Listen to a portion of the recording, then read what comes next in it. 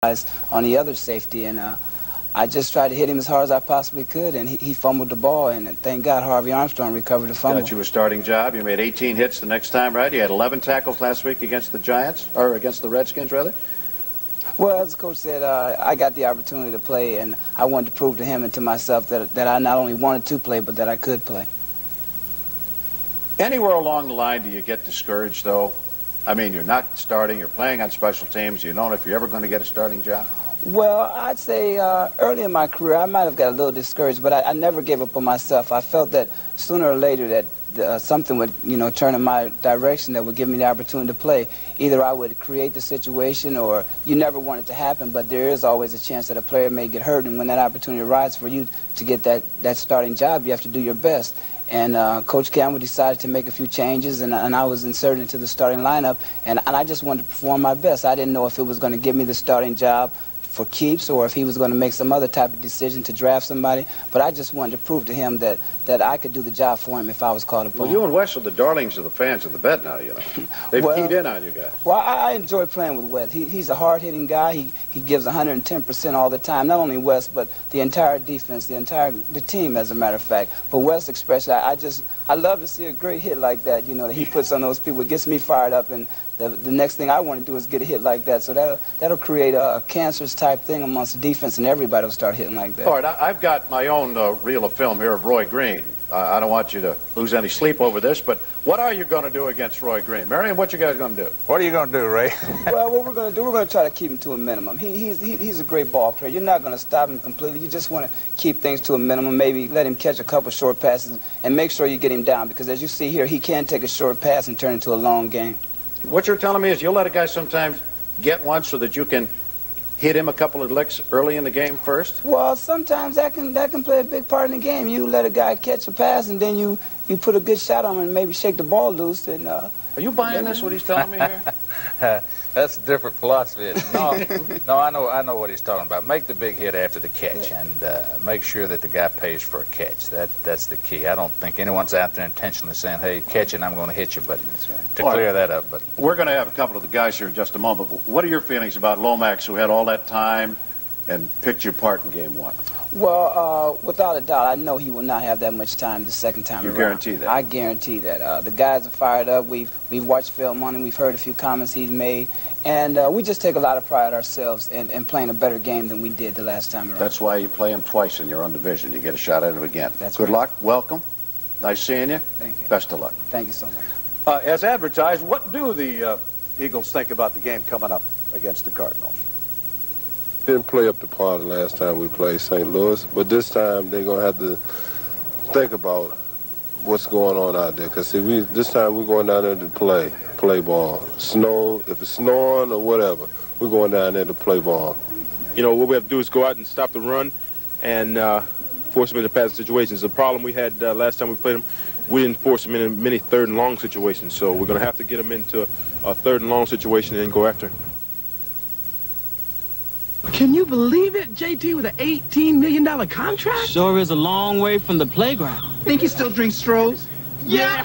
Hey, guys. JT, Mr. Millionaire. Richard. Timothy.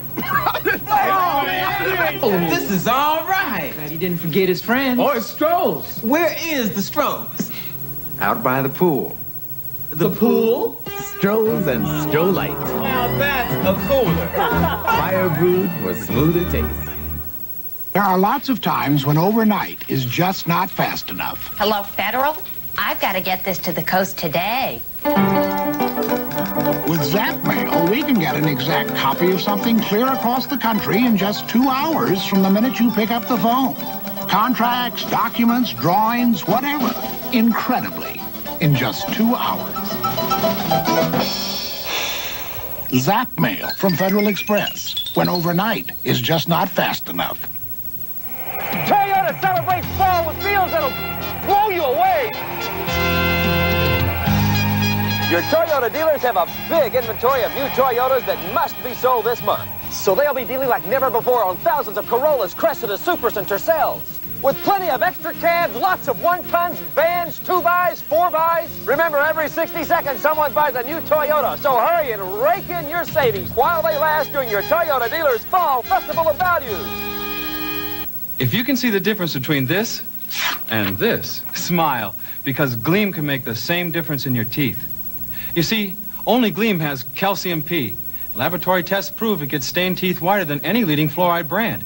Whiter than any gel, whiter than any polish. How much whiter? 30% whiter. And you still get Gleam's proven fluoride protection. So if your teeth aren't as white as they can be, start brushing with Gleam. You'll be smiling. Pretty. Too much time on my hands. Too much time in the pocket. Too much time for a quarterback to pick you apart. Well, we've reviewed those film, and it was not our style of football, and we realized that, can't allow that, and I think our guys are ticked off enough about that to perform better. But there aren't too many teams that get to him.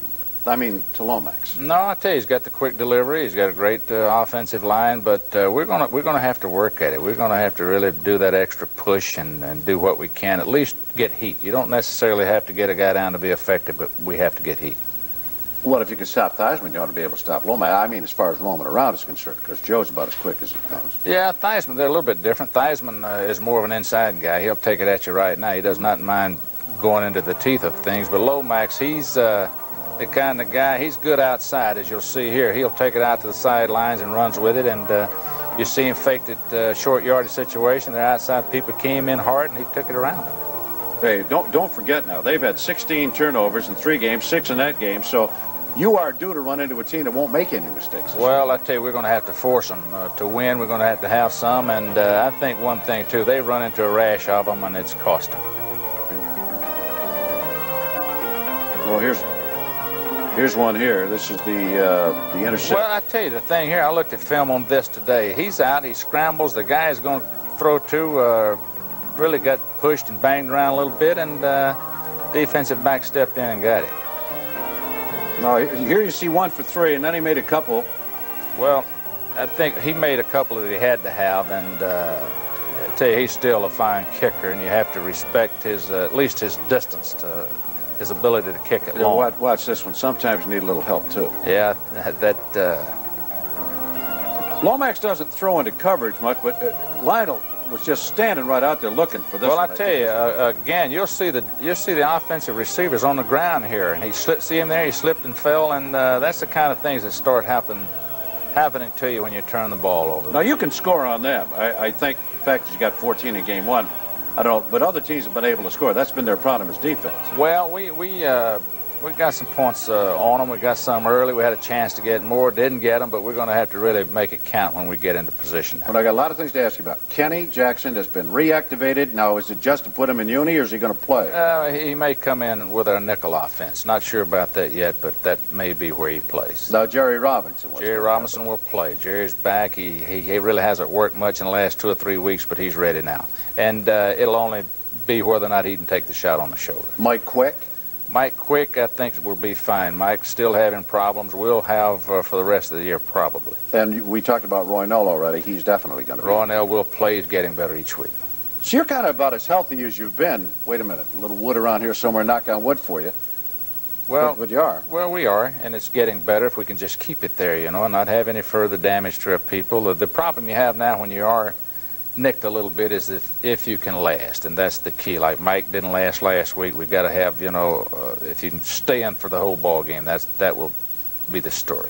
But Lomax's comments about having all kinds of time and he could have sold beer and hot dogs? Well, I tell you, our guys, I've reminded our people about that. They've heard it enough, and they'll either have to do something about it or hear it again. Does that work with pro players? Well, I tell you, they've got problems. We have rushed better. That was our low point, and it has to be better, and it's a great football team, and to win, we got to have it. And, this week St. Louis, next week Dallas. Right. It doesn't stop. They get bigger. They get bigger. That's it for the Marion Campbell Show. For Marion, this is Al Meltzer, and again, thank you for watching. The Marion Campbell Show with Al Meltzer. Marion Campbell's wardrobe provided by Kent Mills Clothing, Clifton Heights, PA. Guests of the Marion Campbell Show received from Best Products the Hellrose Quartz Watch. Water resistant to 330 feet, the new tradition in time.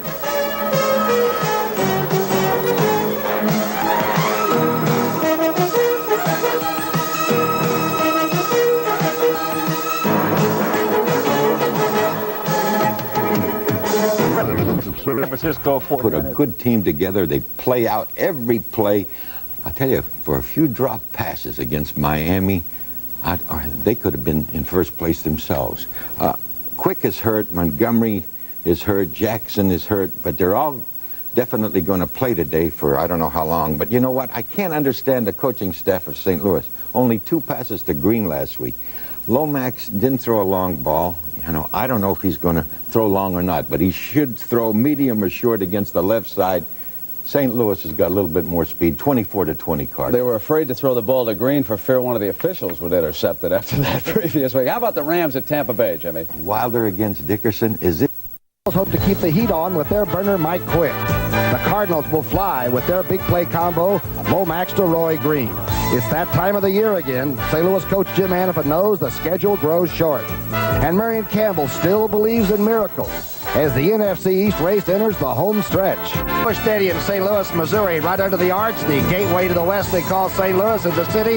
It might be the gateway to the playoffs in the NFC East because both of these teams still think that they've got a legitimate shot at it. Look at this. Dallas at 8-5 with their Thanksgiving game gone, but the Giants, Washington 7-5, St. Louis now even at 6-6, Philadelphia 5-6-1, and still very much in their own hands, they say, their destiny is. I'm Tom Brookshire along with Wayne Walker. Let's talk about the Cardinals. They were the TV darlings of the early season, 6-3. They run off 4 in a row and all this, and all of a sudden they come a cropping. They have 16 turnovers in 3 games. They lose all 3. Can Hannaford turn them around quickly like this? Well, that's the key thing right there. You mentioned it is the turnovers, and there hasn't been anything that Jim Hannaford can put his finger on. It's kind of been passed around. They were a +8 3 weeks ago in giveaways and takeaways, and right now they're a -3, so that's been their big problem. Lomax's arm's a little bit tender. He's going to have to be careful with it, isn't he? He thinks so. All right, the Eagles, meanwhile, we saw them tie Detroit in overtime. They lose to perhaps the best team in football by a point on a blocked extra point in Miami, and then they really shut down that offense for the Redskins. Their defense is enough to carry them through this game. What do you think? Well, I think it is. The entire Eagles team is really excited. After a 1-4 start, here they are now.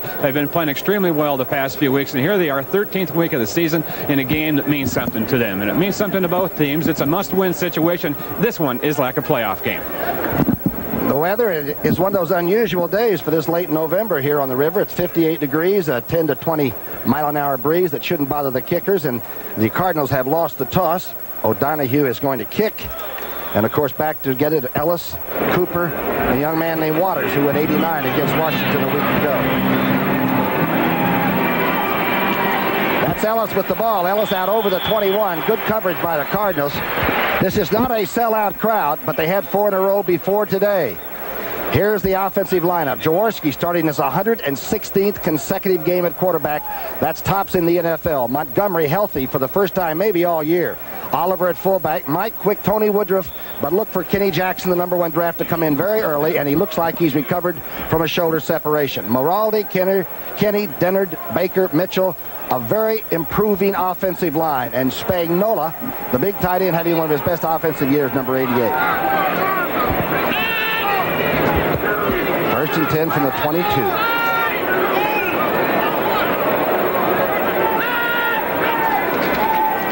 Straight handoff to Hubie Oliver. Rockman gets out to the 27-yard line. Curtis Greer making the tackle. Here is the defense. Al Bubba Baker is starting at left end, though he is injured. He's had sprained ankles on both feet. Ramsey Dardar is inside. Grooms is out. Galloway, one of the premier rushers right now, is in there. And Curtis Greer, always a good defensive end. Howard, E.J. Jr. in the middle, Charlie Baker. And these cornerbacks play awfully close to the line of scrimmage. Washington and Wayne Smith, Leonard Smith, and Benny Perrin are 2 pretty good safety men in there. 2nd down and 5. Again, Oliver off the left side. Hit at the line of scrimmage by Thomas Howard, the young linebacker obtained from Kansas City. Cardinals really jumping around a lot on defense out there before the snap of the ball because they feel that Ron Jaworski is one of the best in the league at reading the defenses, and they want to confuse his mind a little bit before the ball is snapped and not give him a pre-snap read. E.J. Jr. has been in and out at middle linebacker on the outside a couple times when he's lined up, but he will be in the middle, number 54. You're looking at Jaworski as he faces that 4-man front that Floyd Peters, the assistant head coach here in St. Louis, loves to employ. Former Eagle. 3rd down and 3, call it. Shotgun time for Jaworski. They have not been a good team on 3rd down all year. Jaworski sacked back at the 24-yard line. A big rush by Curtis Greer, number 75. Well, it's very difficult. And look, we got Jaws down. Jaworski is down after the sack. As I was going to say, it's very difficult to pin the blame of a sack on anyone in particular when you're playing against the St. Louis Cardinals, because they stunt so much up front. A defensive end sometimes on the right side will end up coming around and doing a stunt and coming over the middle. Let's take a peek at it right here. Now, Greer is left side of your screen, not in view yet. A good push, but it's just a job downfield by the secondary that prevents Jaworski from throwing, and then Greer comes in late. Good point. Moraldi had a pretty good position and block on Greer. Ron Jaworski is hurt. He never stays down there if he is not really having to get a little time. No, that's for sure. He is one of the tough ones. Ron Jaworski in the league, 116 consecutive starts. That's the longest string for a quarterback ongoing in the National Football League. Otho Davis on the right, the head trainer, looking at number 7. It's early and it's always tough. St. Louis and Philadelphia. Get the infirmary ready. This looks like another one of those. No score in the first. Pontiac. The editors of Road and Track call the Pontiac 6000 STE one of the world's 12 best enthusiast cars. Car and Driver called the Pontiac 6000 STE one of the 10 best cars of 1984. So why did we make it even better for 1985? Just because. The sensational 6000. Only from Pontiac. We build excitement. Pontiac. If you want to do work like an expert, it helps to have the mind of a craftsman. Sears Craftsman electronic power tools are so advanced, they practically think for themselves. Their microprocessor memories and electronic sensors give you more precision, more control. And right now, these 3 are on sale for just $69.99 each. Only at Sears. There's more for your life at Sears.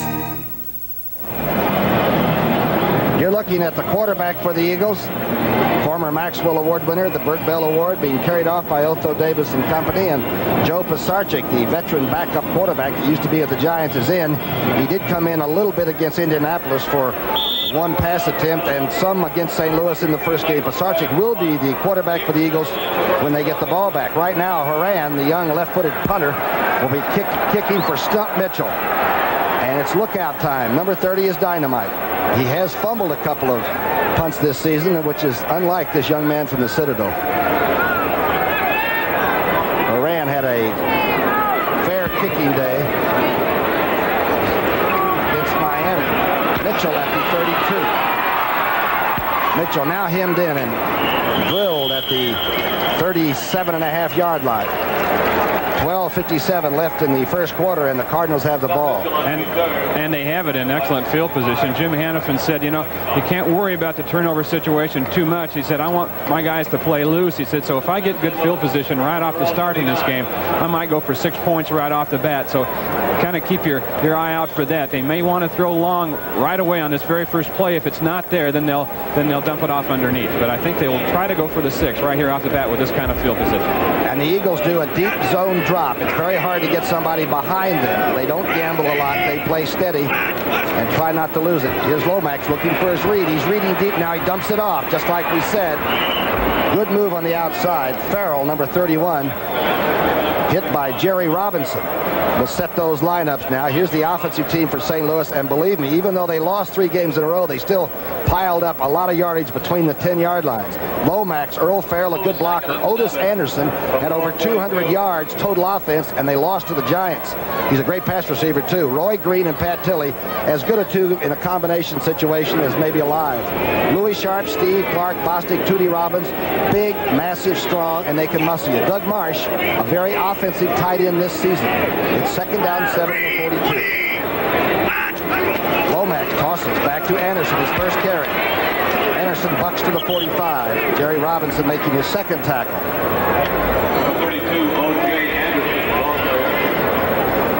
We are told that this is a bad left ankle. Now, what bad left ankle means, we're not going to try to be orthopedic surgeons upstairs. It's a left ankle. It's being treated by the very best. And if there's any way he'll be back, he busted up some ribs earlier in the season, had an extremely severe groin injury, and always shows up and plays. Well, if there's any way for him, he'll be there. We've got a third down situation facing the St. Louis Cardinals. The Eagles have been fairly decent on third down defense. This is Anderson, the inside run into Eagle territory. Anderson to the 30-yard line, dragging people with him, including fouls. Well, this is a play and a situation that the Eagles feared with Otis Anderson is picking a hole off the pull. Greg Brown, 98, the defensive end, comes across. It's a trap.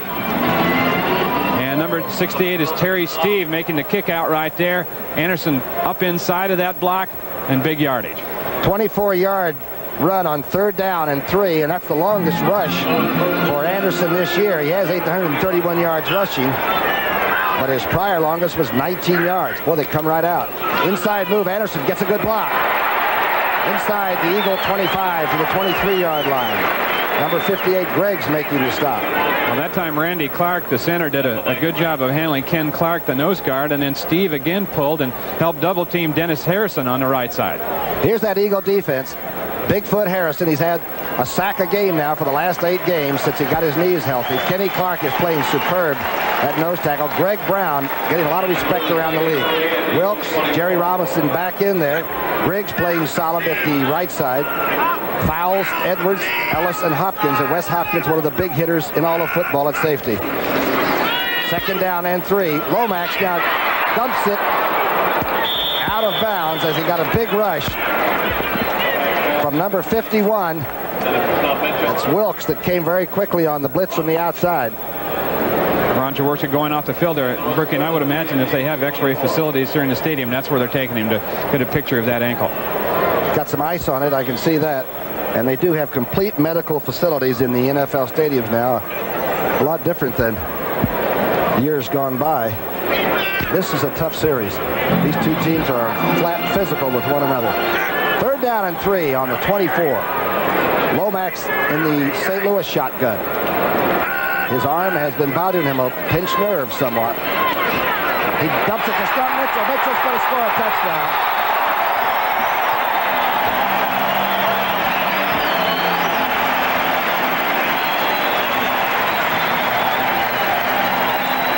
That's Stump Mitchell's first touchdown reception of the year, but he can do it all.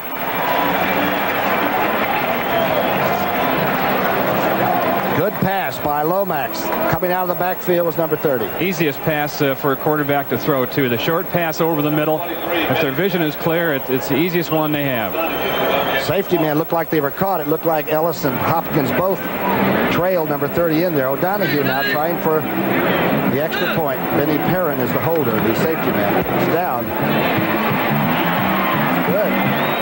The crowd, while not a sellout, enthusiastic. Pat Haggerty makes the call for the extra point. Out of the shotgun, Stump Mitchell will be the slot back over here on the right-hand side. He'll get inside on Wes Hopkins, number 48. Lomax watching him all the way, and as I said, his vision was not impaired. No hands in front of his face. He had no arms to throw through. Consequently, it turns into 6 points right here. The easiest throw a quarterback can make is over the middle short. And the way you measure a guy like Stump Mitchell is he's strong on the left side. He's got heart.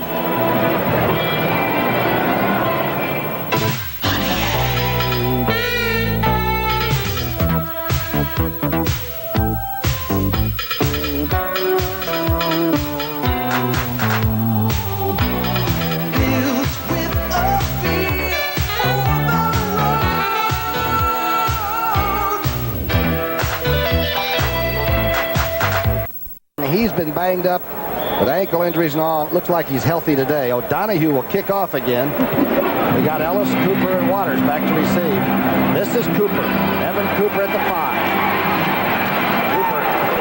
Cooper puts his head down and gets to the 21. A very disturbing factor if you're an Eagle fan might be the fact that the Cardinals' lowest scoring quarter is the first quarter, and the Eagles' best defensive quarter is the first quarter, and yet the first time the Cardinals touch the ball, they go down and get 6. You can see the offense for the Eagles. Some of these stats you can go back to the first of the year and throw them out, but 14th, 7th, 13th, yet they're still in the drive for the title, right? Good defense on the Cardinals side. In fact, in the last 3 games, although they've lost them, they've only allowed a 37% completion average against them. Pisarcik is in there. He's thrown the ball 18 times and completed 9 so far this season. Hand off to Wilbert Montgomery, struggling to the 24. E.J. Jr., the middle linebacker, making a tackle there.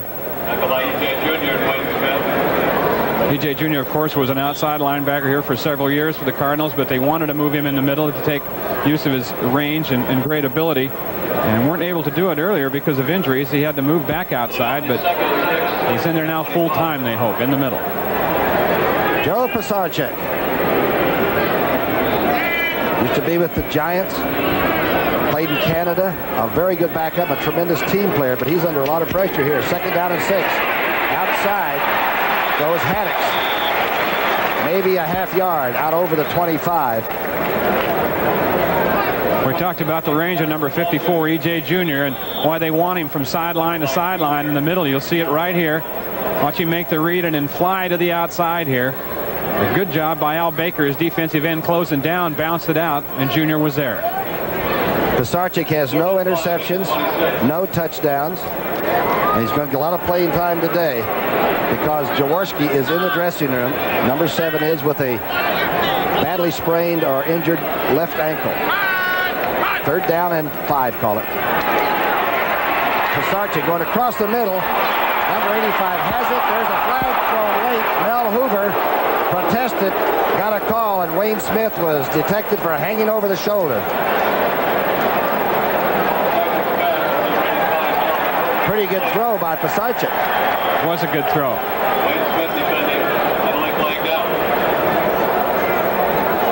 Defensive pass interference, number 44, first down. As we said, the quarterbacks for Hannafin's Cardinal team play at about 6 yards, which really has them in trouble up there, doesn't it?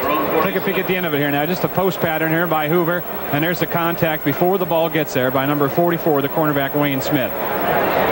And yes, the St. Louis cornerbacks play about 6-7 yards, and that's pretty shallow in this league nowadays. Most people back there 9 and 10. Inside trap play to the 50-yard line goes Wilbert Montgomery. Oliver came back from motion. Cardinals said they play Hubie Oliver as just a guard. They play him as a very good blocker. He's short, and you can't see him coming back inside for those traps. Marion Campbell, better known as the Swamp Fox. He thought he really needed the win up in Detroit. They ended up with an overtime tie, but they went down and really played Miami. Pillar to post, losing by a blocked extra point. We're having a tie there. And then last week, they really beat on the Washington Redskins and won it with defense. 2nd down and 6. Montgomery slashing. Looks like he has a first down to the 44-yard line of St. Louis.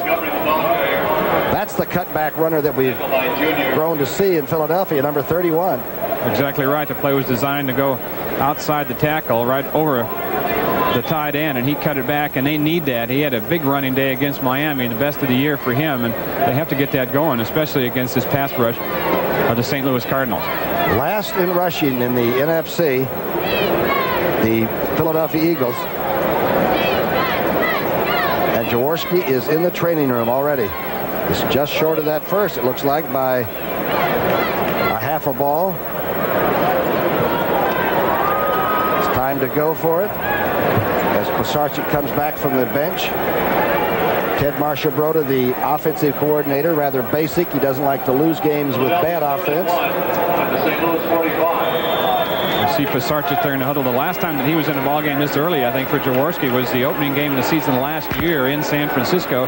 He came in as a relief pitcher earlier in that one, and they beat the 49ers. So this team has confidence in him. 3rd down and just a little bit, so those numbers on 34% 3rd down conversion should change. Here's the 3 tight end formation. Inside handoff, up over the top goes Haddix.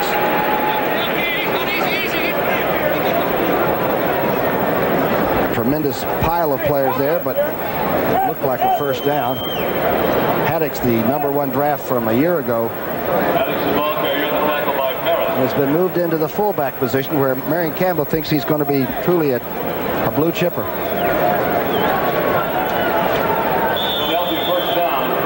First down. Remember, Kenny Jackson, the #1 draft out of Penn State, says that his shoulder separation is okay, and he should see a lot of action. And he was catching balls down at Eagles practice vigorously, and he really gives Mike Quick some room.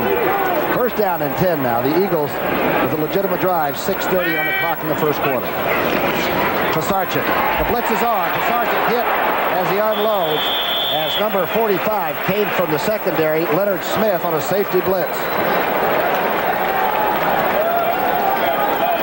Pisarcik saw it and read it extremely well, but the receiver was a little late making his cut for him, and he had to hold on to it a little bit longer than he had to. I think he's ready to get rid of it right now. He sees the blitz coming right here, and he's ready to go, but the receiver hadn't made his cut yet. And that's what a blitz will do. Boy, Haddock's made a bad block, too. He's got to get the inside and pick up those safety men, or he's going to get the backup quarterback hurt. Second down and 10. Good defense by St. Louis. They think they've got a defense now that can play with anybody. They got a down 4. It's an over defense, as we used to call it, out of the 4. Second down and 10. Quick throw on the outside. Montgomery hit hard at the 43. Good tackle by E.J. Jr. So we said sideline to sideline by number 54.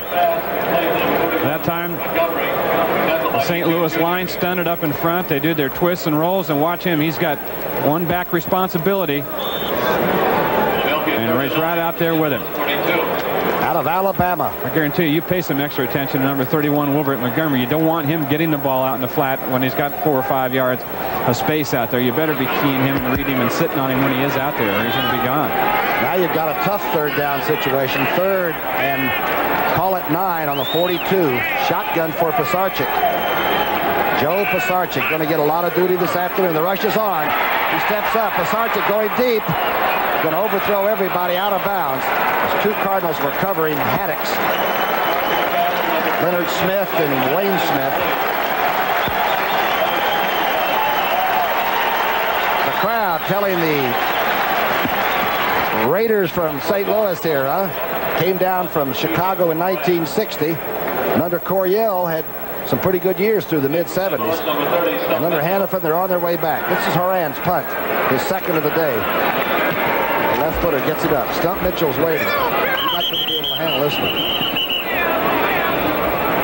They're walking it off. St. Louis will have the ball on their own 11-yard line. A good punt by Horan. The aeronautical engineer does it again. St. Louis 7, Philadelphia nothing. 6:13 left in the first.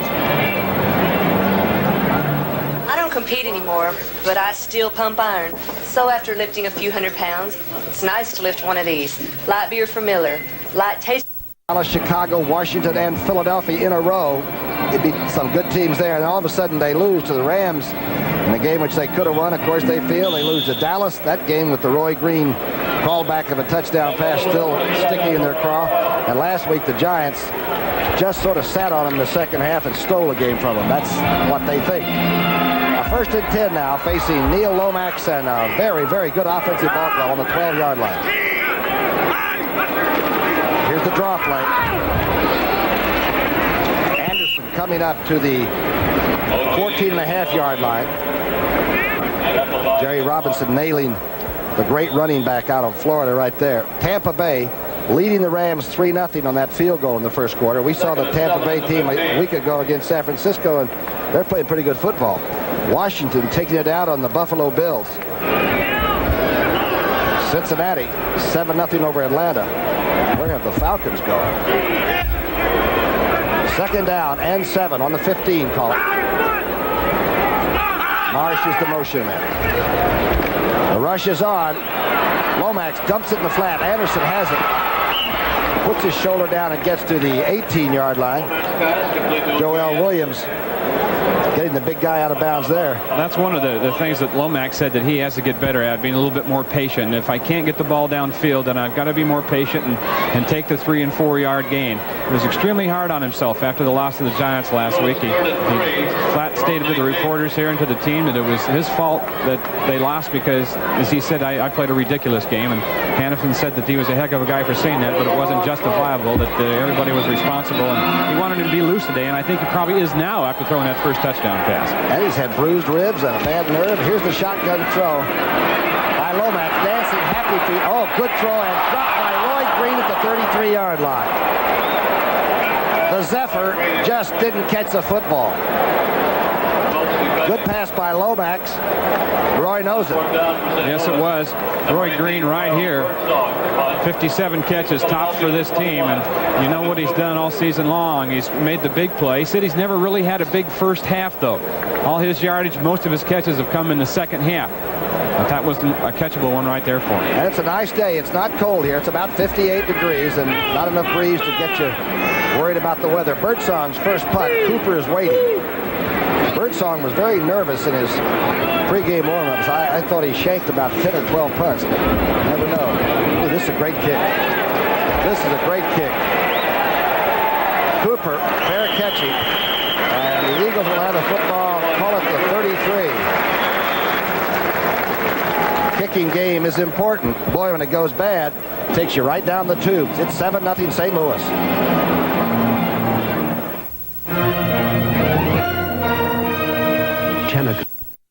Stump Mitchell, Woodruff, and Mike Quick to the bottom of the screen. Mike Quick has a bad left knee.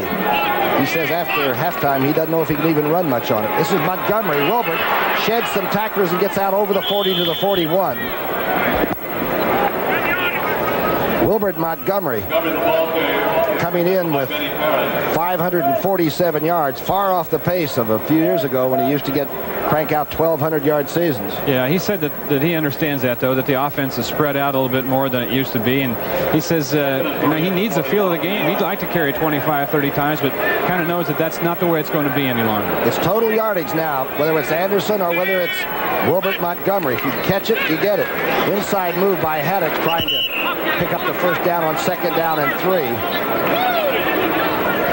The offensive line has been together now 5 straight games for the Eagles, and Marion Campbell was so happy with morality working against Dexter Manley in Washington that the young man got the game ball, the offense, a week ago. Marion Campbell will not be pleased to hear that a fractured fibula of the left ankle or the left lower leg for Ron Jaworski is what the early diagnosis has been. That is not the big bone, the tibia. I'm very familiar with that area. This is the small bone that doesn't support much weight, but it is a fracture for Jaworski. 3rd down and inches. I don't know. Haddock's put his head down and is thrown back now to the 42. Well, that defense really bucked up and played some line of scrimmage. A good surge that time by the defense. Galloway and Greer over on the right side. 1st down anyway, just the forward motion. Floyd Peters, the former Pro Bowler that played so well for the Eagles. One of the fine assistant head coaches that is probably going to be a head coach in this league. See, he calls the defensive signals. He sends them into the safety, Benny Perrin, a youngster who's called defensive signals out on the field since he's a rookie. You don't hear much of that. Perrin, number 23, relays them on and has the option to change out there if he doesn't like things. Montgomery and Oliver now in the eye on 1st down. The blitz is being faked. It's on. The safety blitz comes from the side, and Montgomery runs away from it and gets to the 47-yard line.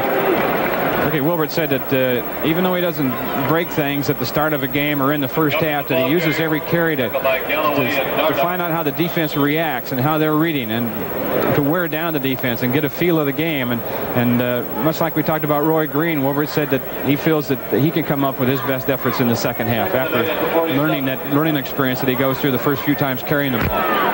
2nd down and 8 from the 47. 2 tight ends in now. Montgomery with 22 yards on 5 carries. Cab is in there and Spagnola. 2nd down, 8 on the 47. Straight drop back. Good blocking up front. Spagnola has it to the 43-yard line. I might as well say that I got a letter from people in South Philadelphia, and they said, Tom, will you please straighten out the pronunciation of Spagnola's name? That the Italianos, the real Italian people, say it's Spagnola. So I said to Spag, what do you want me to call you? He says, whatever those people want is okay with me. So Spagnola it will be today. Having a great year, the Yale graduate who is going to be in the stock and bonds business one of these days, and in a big way, just like he plays football. 1st and 10 now. 2:02 left in the first quarter. The toss back to Montgomery running left. Montgomery cuts back. Gets to the 31-yard line. Wayne Smith putting both feet together. Wilbert Montgomery is a great cutback runner. Yes, he is. He got a great lead block that time from Hubie Oliver, number 34. Watch Oliver, number 34. He's down in a three-point. Counter step by Montgomery. Oliver, 34, on the outside linebacker, and he'll put him on the ground. There's Perrin, number 23, the safety we told you about. Wilbert runs right through him. And the corner man, Wayne Smith, has to come over and make the stop. Keep in mind that this Eagle team loaded it up against the Miami Dolphins and just ran them almost out of the Orange Bowl. They can do it on occasion. Today may be one of them. 1st and 10 on the 32. Wilbert ducking outside, now cutting back. Runs into trouble at the 30. Junior was first. Michael Haddix did a pretty good job there on the lead block that time. The Cardinals blitzed their linebacker, and he was astute enough to read it and make the hit. Don't forget, coming up next, most of you will see what we consider the class of the NFC, the San Francisco 49ers. They could clinch the NFC Western Division title against the New Orleans Saints. While those of you in the Midwest and Tampa will see the Chicago Bears try to clinch their first title of some sort since 1963. They go against the Vikings. More and great NFL action coming up here on CBS. It's our doubleheader day. 2nd down and 8. Pisarcik, quick drop. Finds an open man. That's Mike Quick at the 20.5-yard line. He is so dangerous, you're willing to let him have a 7 or 8 yarder for a first down just so he doesn't break for a touch. Now watch him here now. He could write a book probably already called Double Coverage as I've known, but right here he was single coverage, and he's going to love that. And he thinks that he'll probably get it a lot today from the Cardinals because he said that they put a little bit more pressure on their cornerbacks than most teams that they play, and they do play a little bit more man-and-man than most teams. He had a 90-yarder against them in the last game. And the last game, even though it turned out to be a debacle, the Eagles only trailed 17-14 at half. Right now, after one quarter, it's St. Louis 7, Philadelphia nothing, but Quick has the Eagles flying. Quarter action begins. As Hannafin said yesterday, he wanted to get on top early, and they have scored first. It's 7-0 St. Louis. Pisarcik, the quarterback. Jaworski has a fractured fibula from the first series. A toss back to Wilbert Montgomery. Montgomery to the 16-yard line, dragged down there by E.J. Jr. Let's go to the NFL Today now and get an update from Brent Musburger. Brookie, the Los Angeles Rams need this win, but the Buccaneers and James Wilder are sticking it to him right now. There's his 9th touchdown of the year. They missed the extra point, so it's only 9-0. Let's go back to Brookie. You can't figure anything out, you know it. Jimmy maybe can, but I tell you I can't. Everybody just battles back and forth, and on a given Sunday, you can really get ripped. And I'll tell you, place kickers are going to drive John McCain up until the day he does retire, which will be the last game this season. Another missed extra point. That's a different world, they say. 2nd down and 6 from the 16. The Eagles driving now. Inside, a quick move by Hubie Oliver. He doesn't get much. It's going to bring up that touchy 3rd down and call it 3. Oliver, the ball carrier. I think we've seen a little change in the Philadelphia offensive theory since Jaworski has gone out, Tom. They haven't tried to open it up much. They're counting now on the running game and some short, precise passes by Pisarcik. So they're going to let him get settled in the ball game before he starts winging it some. The great thing about Joe is that he's so involved, and he and Ron are so close just as teammates, that he works out almost as much with that unit as probably Ron does. 3rd down and 3 from the 13. Quick is to the bottom of your screen. Going right outside and throwing behind Wilbert Montgomery is Joe Pisarcik. Wilbert never even looked around. Well, that's, you know, once again, that's a timing thing and working with a guy. He had Wilbur out in the flat, and at one time he was open, but he threw it over his right shoulder, and it ended up being low, but he threw it to the right side, and Wilbur turned around and looked left, so it was never there. The young kicker is coming in, McFadden now, who has hit 16 of his last 18. And keep in mind, this St. Louis bunch have blocked 5 field goals this season. They get up big on that other side over there. And that Plunkett jumps behind the line, and they've blocked 6 field goals. Pisarcik's holding. It'll be a 31-yard attempt. Snap's good. The hole looks good. Kick looks good. And McFadden will like that because now he was in there without his regular holder, Jaworski. From Youngstown State, a 12th round draft choice. Money in the bank. It's 7-3 St. Louis.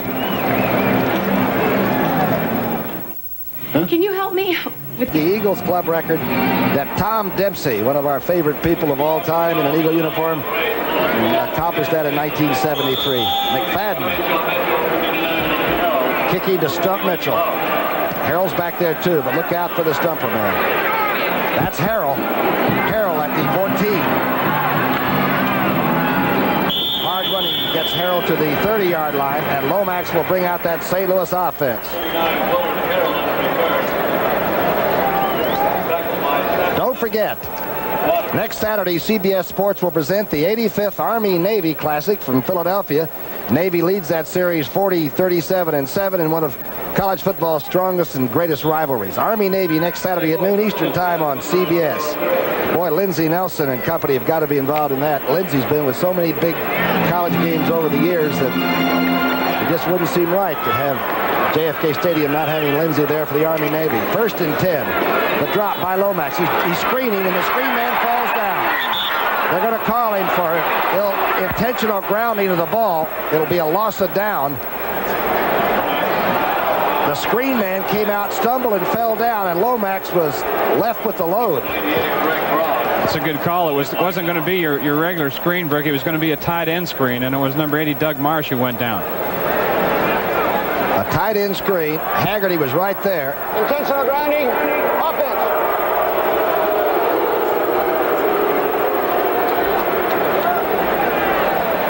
Now watch here, the right-hand side of your screen. The tight end will block a couple counts. Number 80, see there? Now Lomax is going to look for him, but as he drifted out in the flat, he tripped and fell. There he is down. Right. Nobody to give that ball to. No. It does draw a crowd. 2nd down and 24 from the 16. Back to basics. Anderson running left. He bounced outside. Still gets to the 20-yard line. Let's go to New York right now to the NFL Today and Brent Musburger. Brent? Rookie Steve Bartkowski is out for the Falcons because of that injury. Mike Morosky is in there, and he's having a tough afternoon. Watch Robert Jackson of Cincinnati pick it off. 28 yards for the touchdown. The Bengals now lead the Falcons 21-0, and the Falcons have lost 6 in a row. Back to Brookie. And Cincinnati, Brett, is probably playing like we expected them to after preseason. I thought they had one of the best-looking squads in the league. Of course, what you look like in training camp and what you look like in November are two different things. The shotgun for Lomax on 3rd down and 20. He's got to be careful. He's going to air it out. Underthrowing number 82 at the Eagle 40-yard line.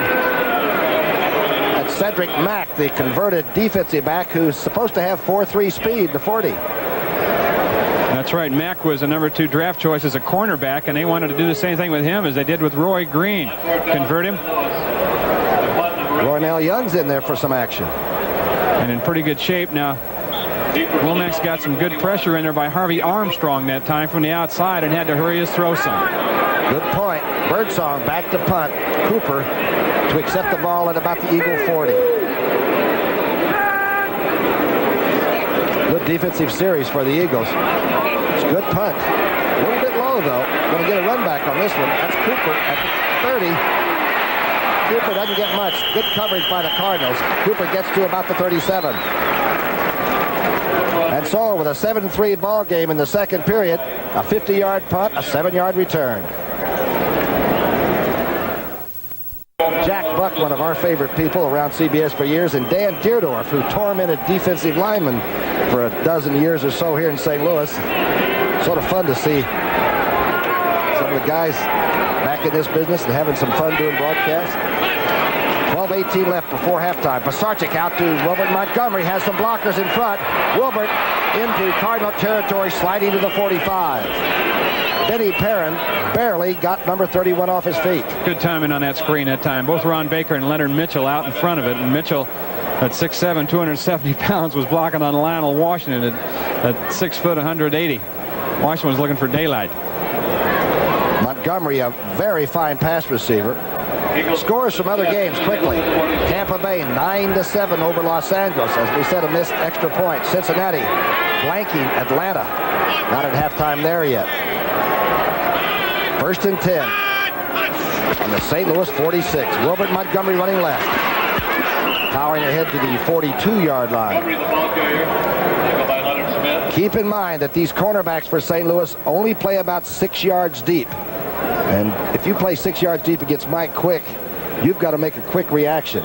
Washington shutting out Buffalo. They're still in the first. Cleveland, Houston, 7-7. Well, those Oilers are a good-looking young team.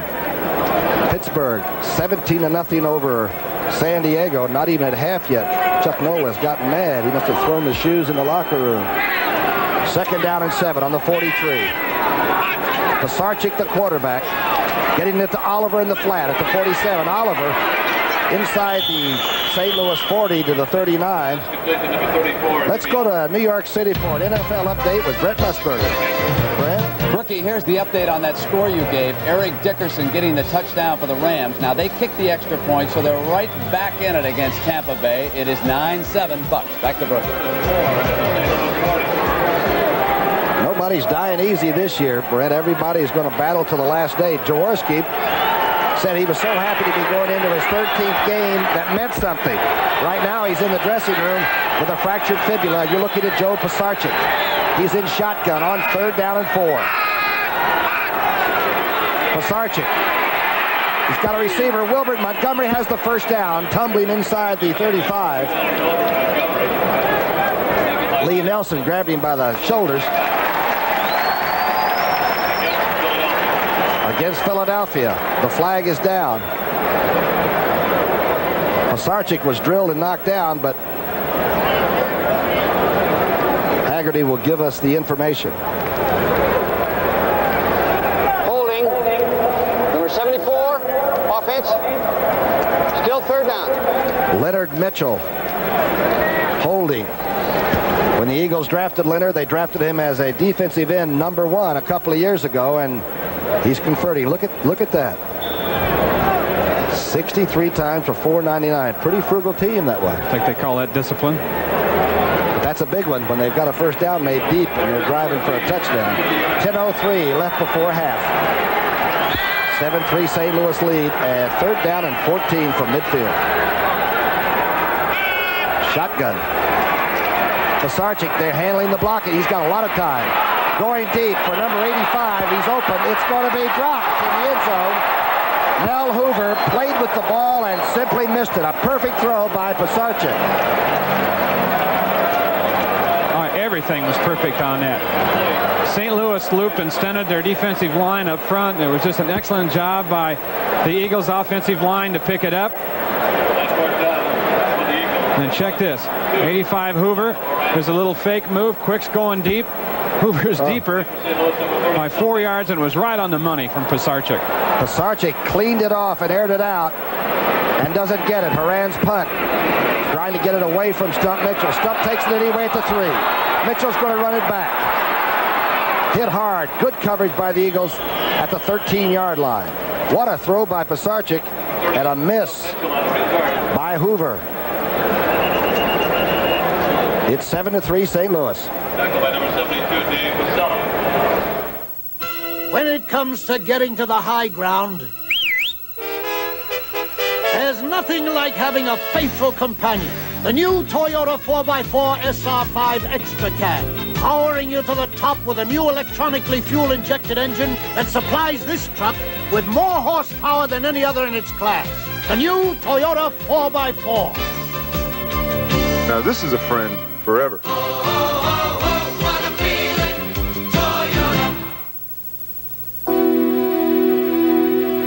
Selling today, it's tough.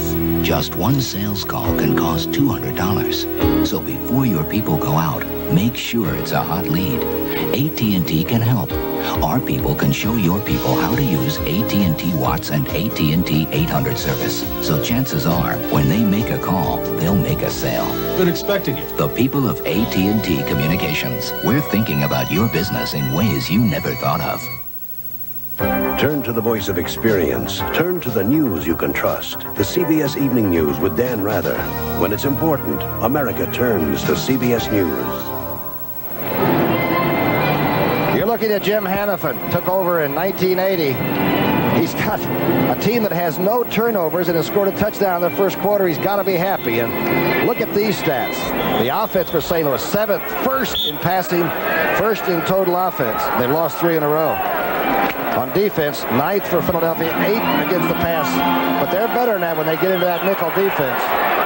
9:45 left before halftime. 1st and 10 for St. Louis on the 14. Lomax, misdirection to Anderson. Anderson spilled at the 17-yard line by Jerry Robinson. Al Baker right there with a pinched nerve around the neck and shoulder area, but should be back in this one. He's had 2 sprained ankles. He had 1 sprained ankle. He played with it sprained and sprained the other one. I guess you do favor the injured area. He is a giant at 6'6", 275. Right now he's on the sidelines. He had 23 sacks when he was a rookie in Detroit. Unheard of. That was with Floyd Peters, who's now his head coach here too. 2nd down and 6 at the 18.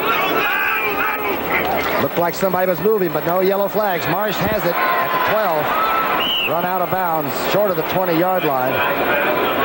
Ray Ellis making a tackle. Ellis had 10 tackles against Washington a week ago.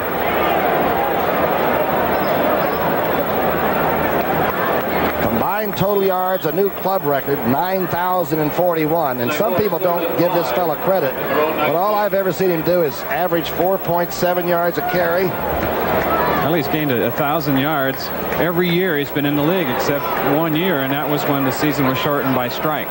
The only person ever to have 100-yard days back-to-back against the Dallas Cowboys in the same season, that rookie year of '79. Stump Mitchell is in there in the shotgun. Lomax dancing. Now he's going to run with it.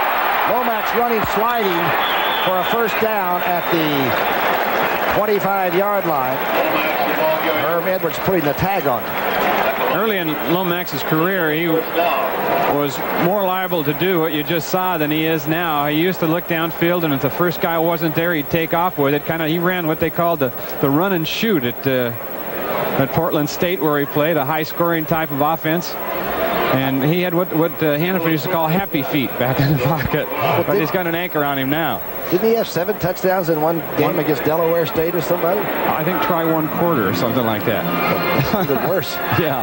1st and 10, a good move by the Cardinal quarterback. The ball's on the 25 now of St. Louis. That's Marsh in motion. Lomax looking left. Now he's throwing back to the right side. Anderson has it. Eagles were right there. Good defensive play at the 27-yard line by Robinson and Griggs. Anthony Griggs is an interesting study, isn't he? Perhaps the nouveau linebacker of the 80s. Well, he sure is. We talked to him yesterday, and good personality on him. He collects piranha fish. He's got 7 of them in a tank at home. Anthony Griggs does. He says he wants 4 more, and he'll have an entire defensive unit. How about when we said, what do you feed them? He said, well, you feed them goldfish. What else do piranha want, right? He said they only eat when they're hungry. And don't go in his apartment and put your hand in anything. 2nd down and 7. The ball's on the 28. Roy Green has stayed in the slot to the left side. Lomax going for Green, who can't quite handle it at the 45. A tough catch that time as Lomax threw it behind the receiver. And Wes Hopkins was right there. I wonder if Roy could hear number 48. Well, Marion Campbell said that Green can not only hurt you going deep down the sideline, but he can hurt you down the middle too. He said, we'll always have a free safety. We'll always be playing zone against these guys with somebody free in the middle because we don't want Green to break it loose on us down the middle. And number 48, Wes Hopkins, who almost every pass receiver in the league now is beginning to fear, was back there. And that's kind of safety valve on defense that Marion Campbell was talking about. 3rd down and 7. Lomax back in the shotgun. He's a little deeper in his than the Eagles shotgun. Quick drop.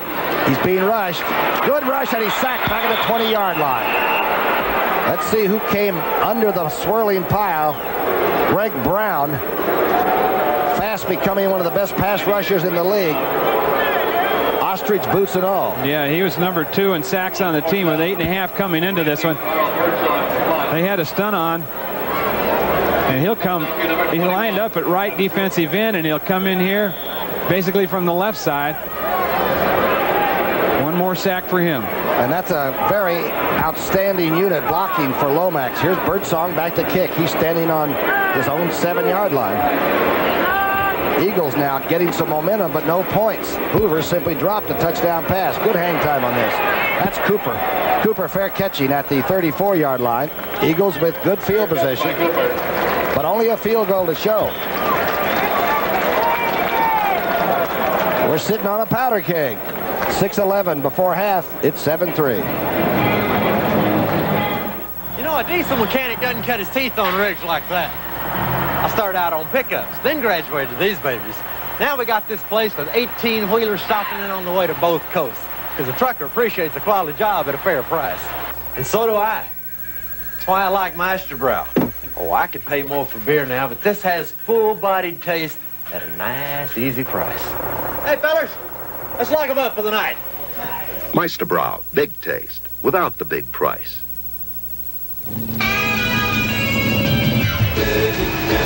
Every once in a while, something unexpected shows up. Hey, what's that, a Toyota? The 1985 Toyota Corolla GTS. A Toyota, dependable. A Corolla, affordable. A different kind of Corolla. A sleeper, a car for the street powered by a new twin-cam, electronically fuel-injected. What's he got in there? 16-valve engine. What's he got in there? Known as the TC16. Yeah, what's he got in there?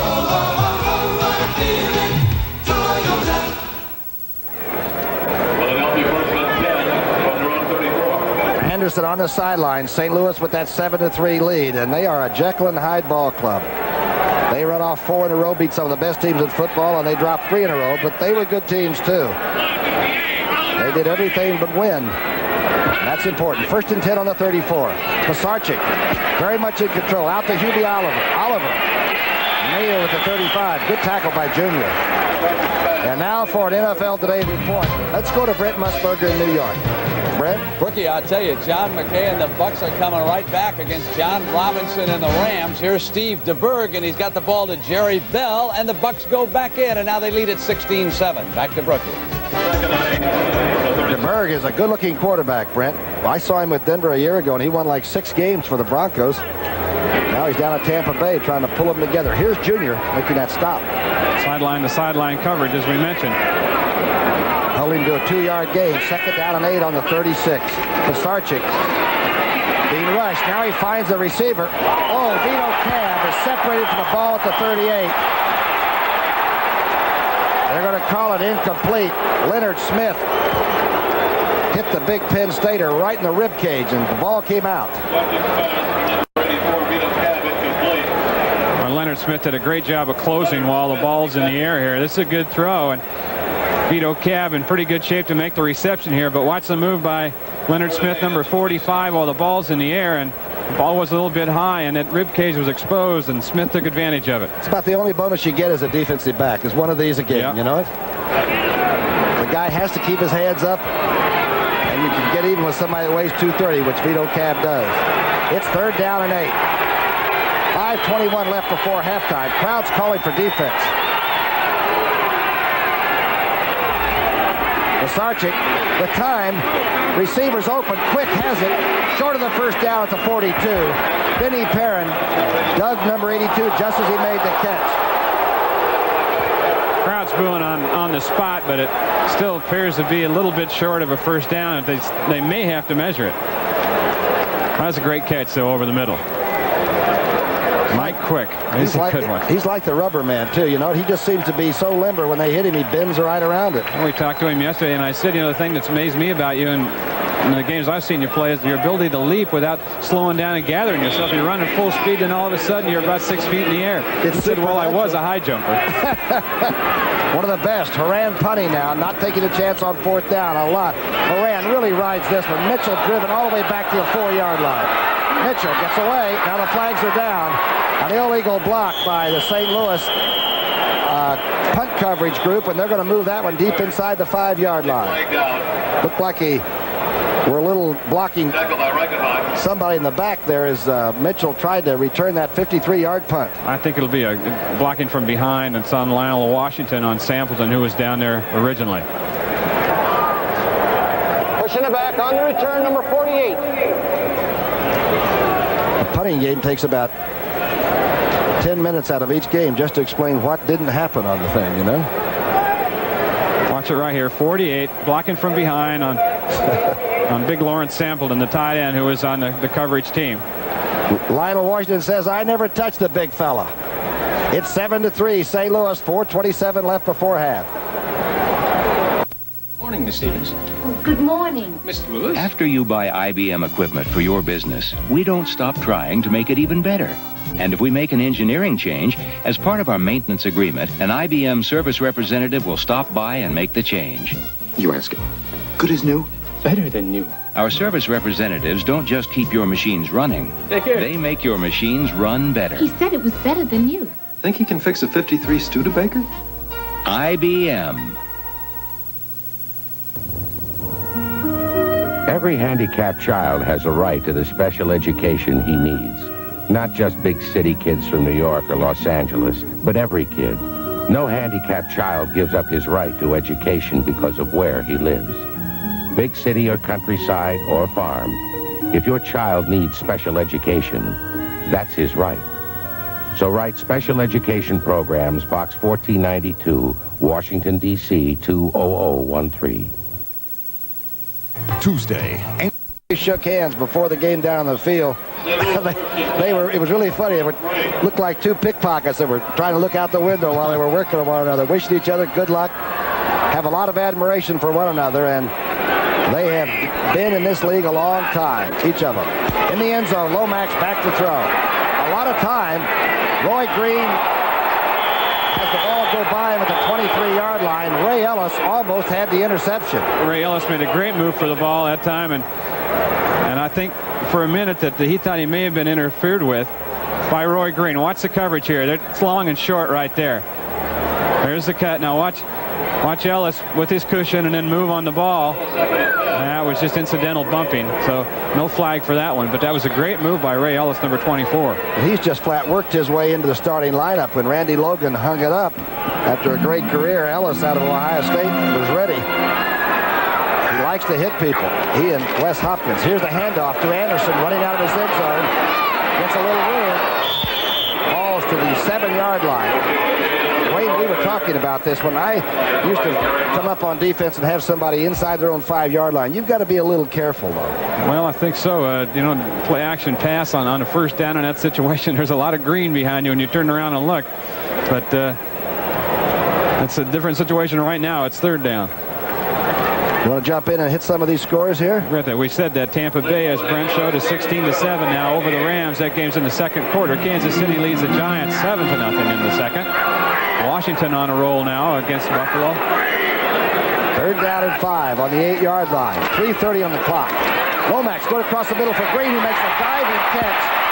Enough for the first down, obviously out to the 28-yard line. Fowles and Bree Wilson both there.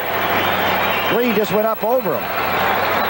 I think it's a perfect example, of the Philadelphia defensive strategy that we talked about, having somebody in the middle and playing the zone a little loose, a little soft. They don't want to give up that big, long strike. Now look at that back there. They had, I think, Bree Wilson, number 22. That's who it was, playing the free safety back in the middle to keep Green from breaking it long. The officials are counseling themselves now. How about when I asked Haggerty about an unpalatable play? He said, what is that? I said, well, that's like a guy coming off the bench and tackling somebody that was coming down the field, an unpalatable play. And you said, what if a fan comes out and tackles somebody running for a touchdown? I thought the official was going to go into shock. An unpalatable play. It's hard to even say. The pass was ruled as incomplete.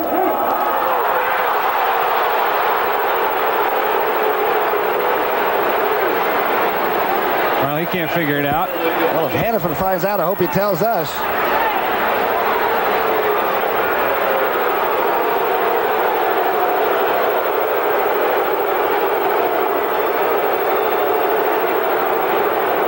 That's Jim Poole trying to explain it to the Cardinal coach. Who doesn't agree. There it is again.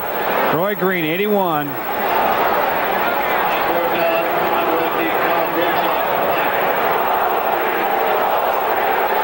See anything out of there yet. If that's not a reception, I've never seen one. Birdsong punting from the end zone. Cooper is standing right at midfield. Big break for Philadelphia. You take them as they come. It's a tremendous kick by Birdsong. Cooper back to the 42-yard line. Cooper running laterally, hemmed in and stopped at the 47, and gang tackle there.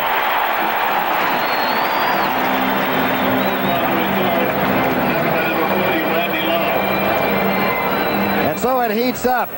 Was it a catch or wasn't it? A 51-yard putt, no return.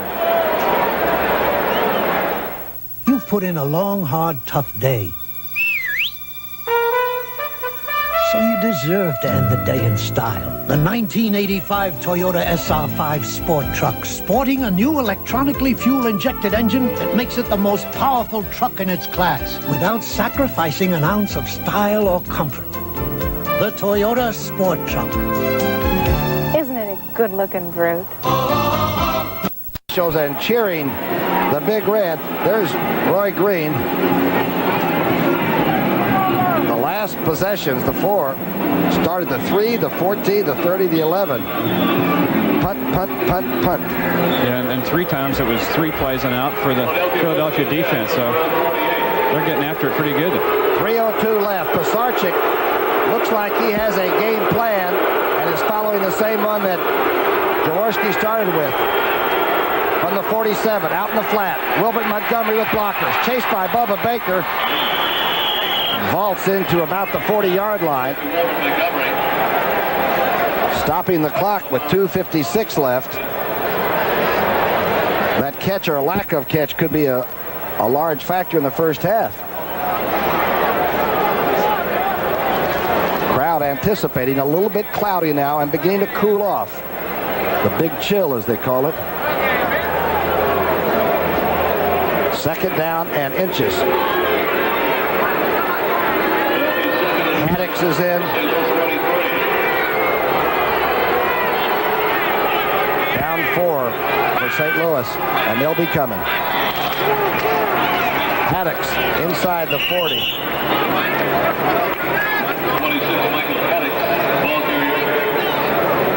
Don't forget, coming up next, most of you will see the San Francisco 49ers, who have to be one of the best teams we've seen in a while. They could clinch that Western Division title against the Saints.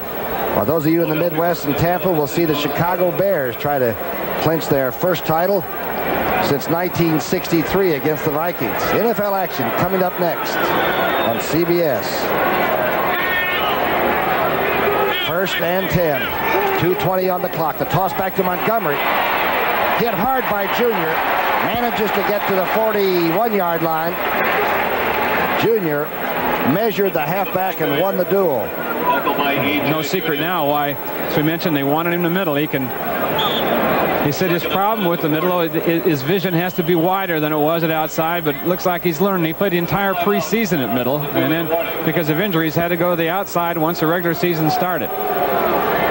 The 2-minute warning, a 7-3 ball game, and the Eagles got that pot brewing. When you've got a long way to go. Received a fractured fibula, the small bone in the lower part of the leg. He is out. They fake the safety blitz. Pisarcik reads it, gets it across. Did he catch it? Spagnola has it. The crowd is saying he didn't catch it.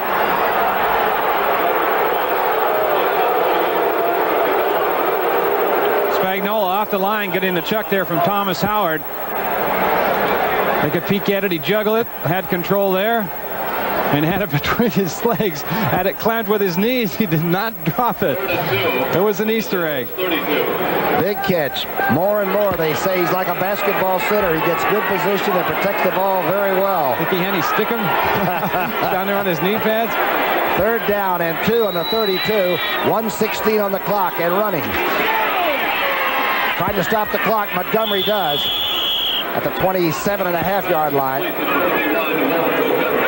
Have to be careful with Wilbert. He looks like he's going to go out of bounds sometimes, and he'll put it right down the sideline. And they're moving him around some, too. To play before that, he lined up at wide receiver, and he's a good one out there. Abilene Christian. We had The Eagles had 2 6th-round draft choices back in '77, and this was one of them, 6B. Well, I get it. You know, 6 round, he scored 76 touchdowns in college. It just seemed just with that stat that he had to take him higher than the 6th round somebody. He's only scored 1 touchdown this year, highly unusual. Back to throw, out in the flat. Montgomery makes Bubba Baker. Oh, Baker makes a good tackle. Number 60 came out from defensive end and really made a sensational play. Well, he was actually in the coverage because they blitzed the linebacker on that side, number 52, Charlie Baker, and that meant that Bubba Baker had to cover the first back out. Here are the standings, and you can see that on the 13th week, we still are in a jump ball situation. The Dallas team with that Thanksgiving Turkey Day behind them are 8-5. Giants and Washington 7-5. And here you can see Dallas at New England. The Eagles have Dallas at home, New England at home, and then go to Atlanta. And of course, obviously, the Eagles have to win all of their games and hope for a 9-6-1 is good enough. The Cardinals at New England. Then they face the Giants here. Then they go to Washington. Interesting, huh?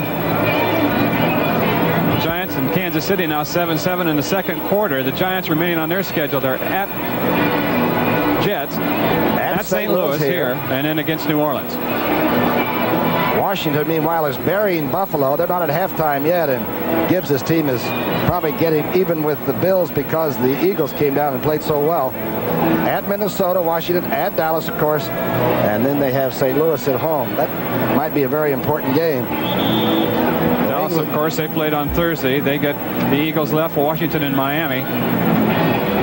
It's almost check your local listings type thing because there are a lot of ramifications, but as Marion Campbell said, hey, we've got a game that means something. I think, you know, most people looking at the schedule from all those teams in the East would probably agree that the Giants perhaps have the easiest way, but none of them are this time of year. Well, the hardest schedule in the league was the Eagles. If you finish 4th place in the 5-team division, you get a pretty rough deal.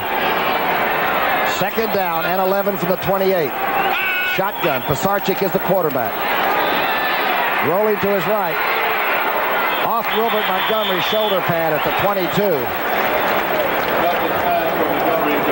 Pisarcik gunned it in there a little bit harder than he had to. Wilbert was wide open all the way across the middle that time. And that was just about too hot to handle. Earlier, Pisarcik threw one 60-some-odd yards and hit Hoover on the hands in the end zone, and the young receiver just couldn't handle it. Eagles hanging tough. Cardinals trying to get their offense started, and except for the first drive, have found the Bird defense pretty stingy. Third down and 11 from the 28, 55 seconds on the clock. Eagles shotgun. Quick, Hoover, and Woodruff, 3 outside receivers.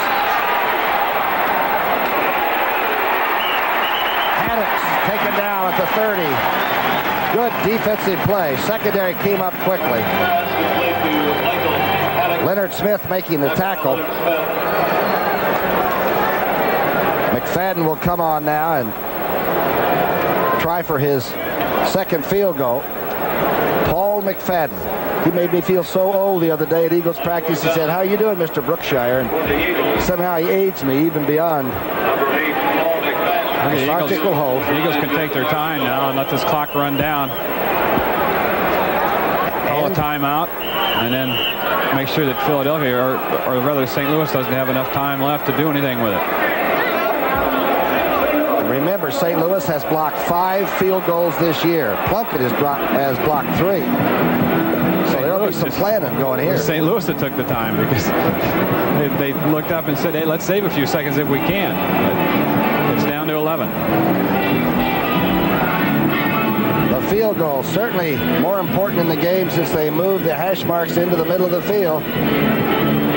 The young man's by himself. So you're looking at Pisarcik and Marion Campbell. Don't forget at halftime, scores and highlights with Britt and Irv. And Irv's legends of the game, Jim Marshall, wrong way Marshall, but a great defensive end and quite a personality for the Vikings. Boy, he was like a cat with 9 lives, that guy.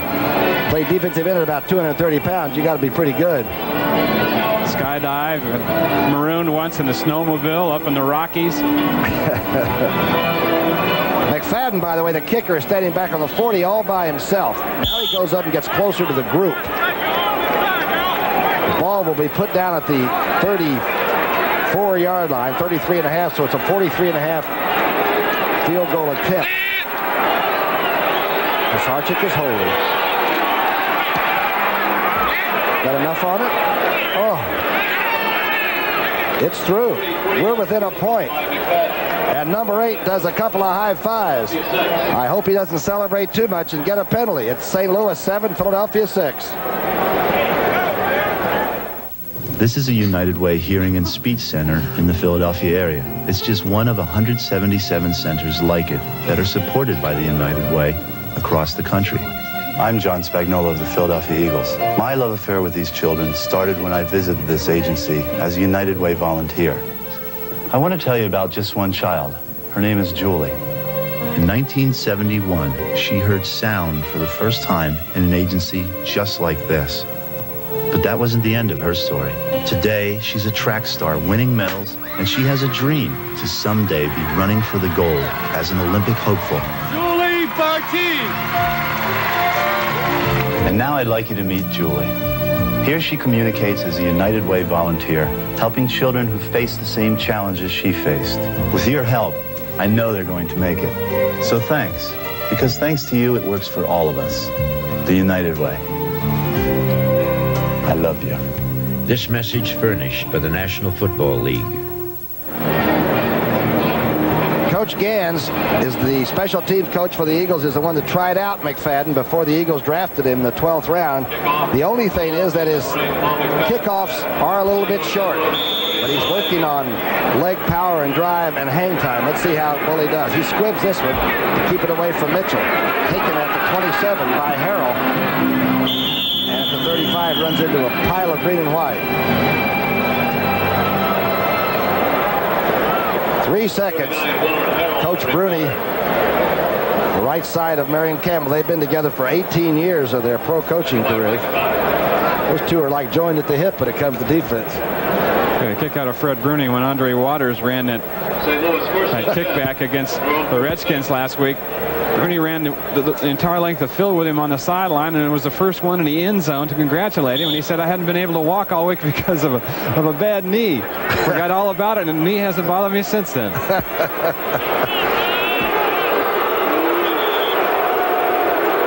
crowd doesn't like it, but the Cardinals will go in and try to get the offense started, except for the first drive. They just didn't get much done. St. Louis 7, Philadelphia 6 at half. That's the end of the first half. The college basketball season has begun, and in the month of December, CBS Sports will present the nation's top teams head-to-head as they pursue their dreams of winning it all. You can follow the action every week as we take you down the road to Lexington, through the regular season, into the NCAA tournament, the Final Four, and the National Championship. These are the games you'll be seeing in December on the home of the NCAA Championship, CBS Sports.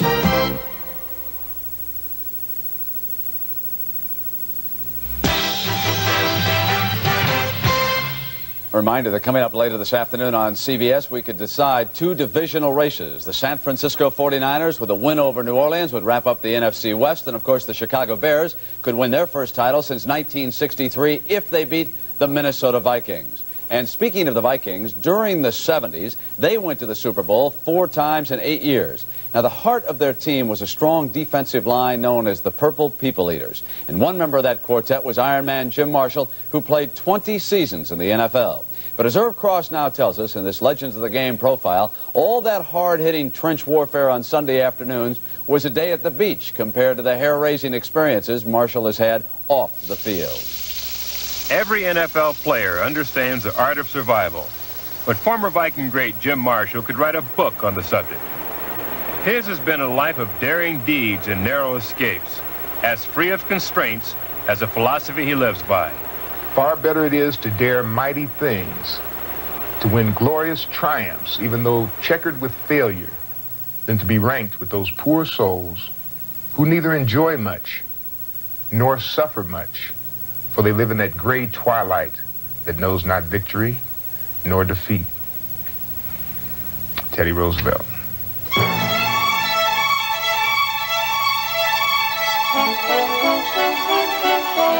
A veteran of more than 500 skydives, he's also survived a private plane crash, an accidental shooting, and an operating room hemorrhage that stopped his heart twice. In the winter of 1971, his snowmobile expedition ran into a blizzard in the Grand Teton Mountains. 17 persons went out, and the 16 who survived actually burned money to keep from freezing. That fire saved our lives, and we built it with money, everyone's money. Everyone who has some money or any type of combustible material around. We made up a joke. The guys were saying, well, let's not take any checkbooks because we might have some rubber checks in there that might not like. so I mean, we had a little humor. We had a little humor with it too. Myra straight back to pass.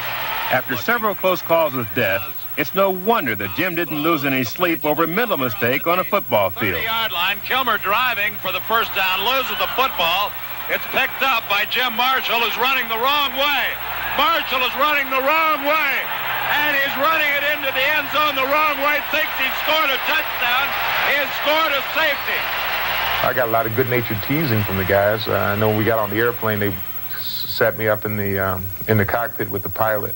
So that they said we didn't want to go back to Minnesota. They didn't want to go back to Minnesota. They figured with me up there, we'd end up in Hawaii. Jim Marshall survived life's little pitfalls to become pro football's all-time Iron Man. In 20 seasons, Marshall appeared in 282 consecutive games, an NFL record that will be awfully hard to break. We have asked that one man to delay his entrance for a moment so that all of us will have an opportunity to express something special for a very special man. He is playing his final game at Metropolitan Stadium today. Number 7, the captain of 10 divisional champions, Jim Marshall. Jim Marshall, a man of substance and a master of survival. That's when men were men and the Vikings played outdoors like they should have. Out in the snow and not over that, under that dome. Let's take everybody to the scoreboard now and get them up to date. Here are the developments around the league. Many of you are watching this game. You know the Buccaneers are upsetting the Rams 16-10. It is a gorgeous afternoon down in Tampa. Steve DeBerg here throwing the ball into the end zone to Gerald Carter, but it is ruled no touchdown by the official. He said that Carter juggled the ball before he was in bounds. Now John McKay says, I got to get a decent break against these guys. And James Wilder, he took care of it himself, diving into the end zone. And it was 9-0. The Buccaneers had missed an extra point. John Robinson and the Rams got a touchdown. And then DeBerg came right back, hit Jerry Bell at the 10. Bell down the sidelines, diving in, 16-yard touchdown. 16-10 at the half, the Buccaneers with the lead there. Pittsburgh all over San Diego. It is 24-3. Malone has thrown a pair of touchdown passes, 15 yards to Lips and 3 yards to John Stallworth. Cleveland beating Houston 20-7, and McDonald has thrown 2 touchdown passes for the Browns, one to his tight end Ozzie Newsome, and that was from 12 yards out. Cincinnati all over Atlanta. Turk Schonert completed his first 10 passes in that game, 10 of 11 for 157 yards and a touchdown. Washington beating Buffalo 24-7. Joe Theismann 13 of 17, 148 yards and a pair of touchdowns in that game. At the half now, Kansas City kicked a field goal with time running out in the first half. That made it 10-7. Then they intercepted a Phil Simms pass, ran it in. It is now 17-7. The Chiefs with the upset at the half. Philadelphia and St. Louis, of course. Many of you are watching this game. Cardinals lead at 7-6. And how about that kicking game, Irv, that the Eagles have suddenly found? Boy, of course, McFadden's a great kicker, but here's a real blow to the Eagles, Brent. Early in the game, the Cardinals with a tremendous pass rush here from Greer and Galloway, sacked Jaworski, and he wound up with a fractured fibula. And he will be out for the remainder of the season. Neil Lomax from the shotgun here for the Cardinals going to stump Mitchell at the 15. Mitchell in for the touchdown, and that put the Cardinals up.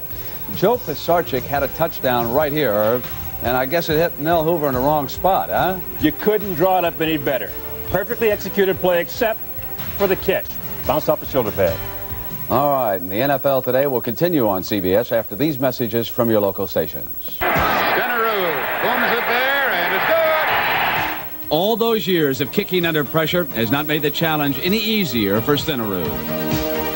It's hard to explain really how you feel. The key is to feel very low. I've attempted 500-some field goals, and I guess before every field goal, you're kind of hoping they're going to make a first down or a touchdown. A native of Norway who attended Montana State, Jan turns 42 tomorrow, and that amuses his younger teammates. He's so senile, you know, everything has to be right for him, and sometimes he forgets my name. He calls me Darren, Steve, or whoever. During training camp, everyone would be drinking iced tea, juice, milk, and he was always drinking Geritol. Being part of pro football for so long, met all the great people that I've met, some of the disappointments, some of the exciting and great moments. It's been tremendous. So, happy birthday, Jan, from all of us here at the NFL today. And also, greetings from the International Brotherhood of Kickers around the NFL. Jan, Cade Miller Falcha, Huis Canary and Boderlath. Så lycka med födelsedagen idag. Att de är bra, jag stannar ro. Ja, happy birthday. Jag når då för mig. Jag kan gå. Forrest Gregg wishes he was the person cutting that birthday cake. Boy, I tell you, Green Bay really missed him this year. They sure did. Let's send you back now to the stadium and the game you're enjoying on CBS. Okay, Brent, thank you very much. St. Louis 7, Philadelphia 6 at halftime. And for a team that's been averaging 27 points on offense, I thought the Cardinal offense was flat except for the first little touchdown pass to Stump Mitchell. They didn't do much. They didn't try much. Well, flat or tentative. I think I call both offenses kind of tentative, and I think there's a reason for that. Number one, St. Louis had miserable field position, especially in the second quarter, so they had to be careful with it. Philadelphia, on the other hand, I think they were a bit tentative after they lost Ron Jaworski with what is a broken leg, and Pisarcik came in, and I think they wanted to get him settled. And I think we'll see a different game scheme from both teams in the second half. You got to get the ball to the two outside receivers, and they haven't done it. Either Quick's only caught a couple of balls, and so far the fast one, the splendid one on the other side, hasn't caught a pass, right? Roy Green had one taken away from him. You can see the stats. The big one, I guess, you go to the bottom of the line. It's 1940 in time of possession, but the Eagles have a big advantage over the St. Louis Cardinals. And as we said, except for that first drive, the Cardinals really didn't come out and air it out. The two field goals, by the way, that gives the young kicker now 20 out of his last 22, and the only ones that he's missed were a 52-yarder and a 44-yarder. So the field goals that have the Eagles on the scoreboard, important indeed. Okay, I think we're sitting on a game that may come out. Let's see. We'll come back for the second half. Pisarcik's the Eagle quarterback. Well, somebody has to fire and fall back. St. Louis 7-6. And McFadden's kickoff. He said he didn't kick it deep. This one is to the 3-yard line. Stump Mitchell has it. Stump Mitchell, a very direct runner, comes up and it's a flag throw at the 23-yard line right into the pile of players. Lomax was 5 of 12 for 35 yards and 1 touchdown. The short pass of 24 yards to Stump Mitchell. I don't know if he's ever had halftime stats like that. I don't think so. When you think that he had 35 yards total and 24 did come on the touchdown pass. Keep in mind that back in 80 and 81, when Marion Campbell coached the defense, they allowed people only 15 points a game. They play defense. The Eagles We have did. holding. 46 on the return. So right away, St. Louis starts out in very difficult field position. After getting a decent run back by Stump Mitchell, the penalty puts him back in bad shape. You can see the penalty list. We've already told you that one of the least penalized teams, the Eagles, St. Louis with 4. Hannafin had one taken away, and we thank you very much. It's nice to be in St. Louis, and this is the nicest football day that I've ever encountered here in this beautiful city. Opening play of the second half. Lomax, handoff on misdirection to Anderson. Anderson, gang tackle, finally finished off by Hopkins at the 13.5-yard line. The Eagles are swarming. Yes, it's just good team defense. Again, Jerry Robinson was out there. They strung it out, and then Hopkins came up and made the hit. Early, the first series of plays for the offensive Eagles, Jaworski, Ron Jaworski, in his 116th consecutive start, a record, had his fibula cracked. He is through for the season, we understand. He is under doctor's care, and Joe Pisarcik has been the Eagle quarterback. For those of you that may have just tuned us back in here, second down and 8. Lomax on a straight drop. He's being blitzed, but he still has time. Now he throws on the run, hits Marsh. The tight end has it at the 28-yard line. Tackled there by Fowles.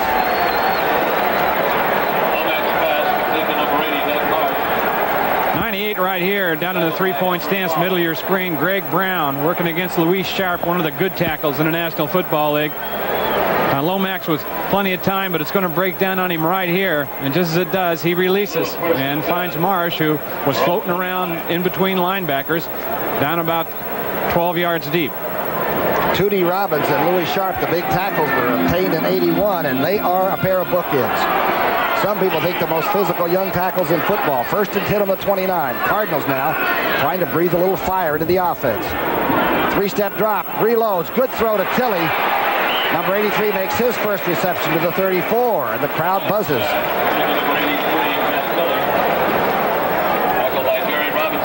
Pat Tilley, we were talking to some of the Eagles defensive backs yesterday, said that the Green has the great speed on this team, but Pat Tilley may come out of his breaks, out of the moves he makes, out of his cuts faster than Green does. He's so quick. And Herm Edwards was telling us that you can't trust him. You see him on the films doing that out one way, and you come into the game and he does it on you differently. Yeah, never runs the same pattern the same way.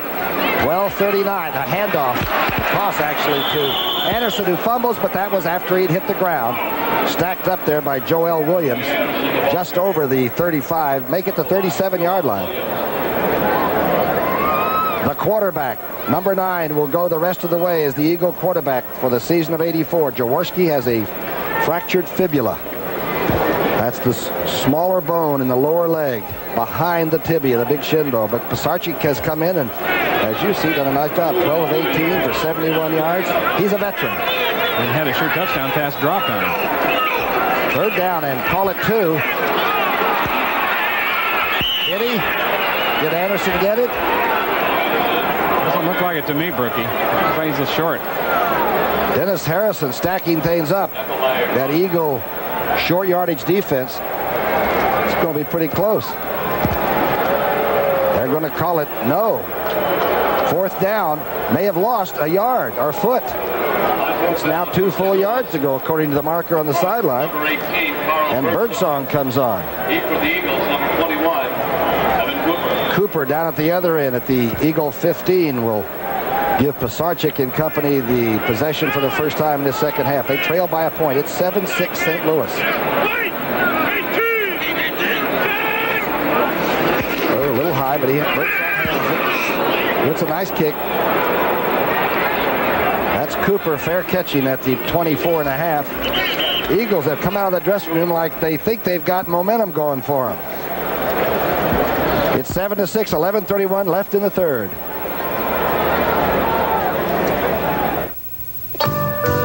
Hey, you thinking what I'm thinking? Meet Nissan's hottest truck, the best-selling King Cab, re-engineered for 85 to hitch a tough, smooth-side, strong box to 9 cubic feet of lockable storage and jump seats behind the buckets. Nissan, first and still king of the compacts. Yahoo! Right now, special incentives from Nissan can help save you big money at your Datsun dealer, but hurry, offer limit. A new idea, like a pebble in a pond, can change the world around it. Technology from a company called TRW puts ideas to work. And when an idea gets going, there's no end to where it can lead. Tomorrow is taking shape at a company called TRW.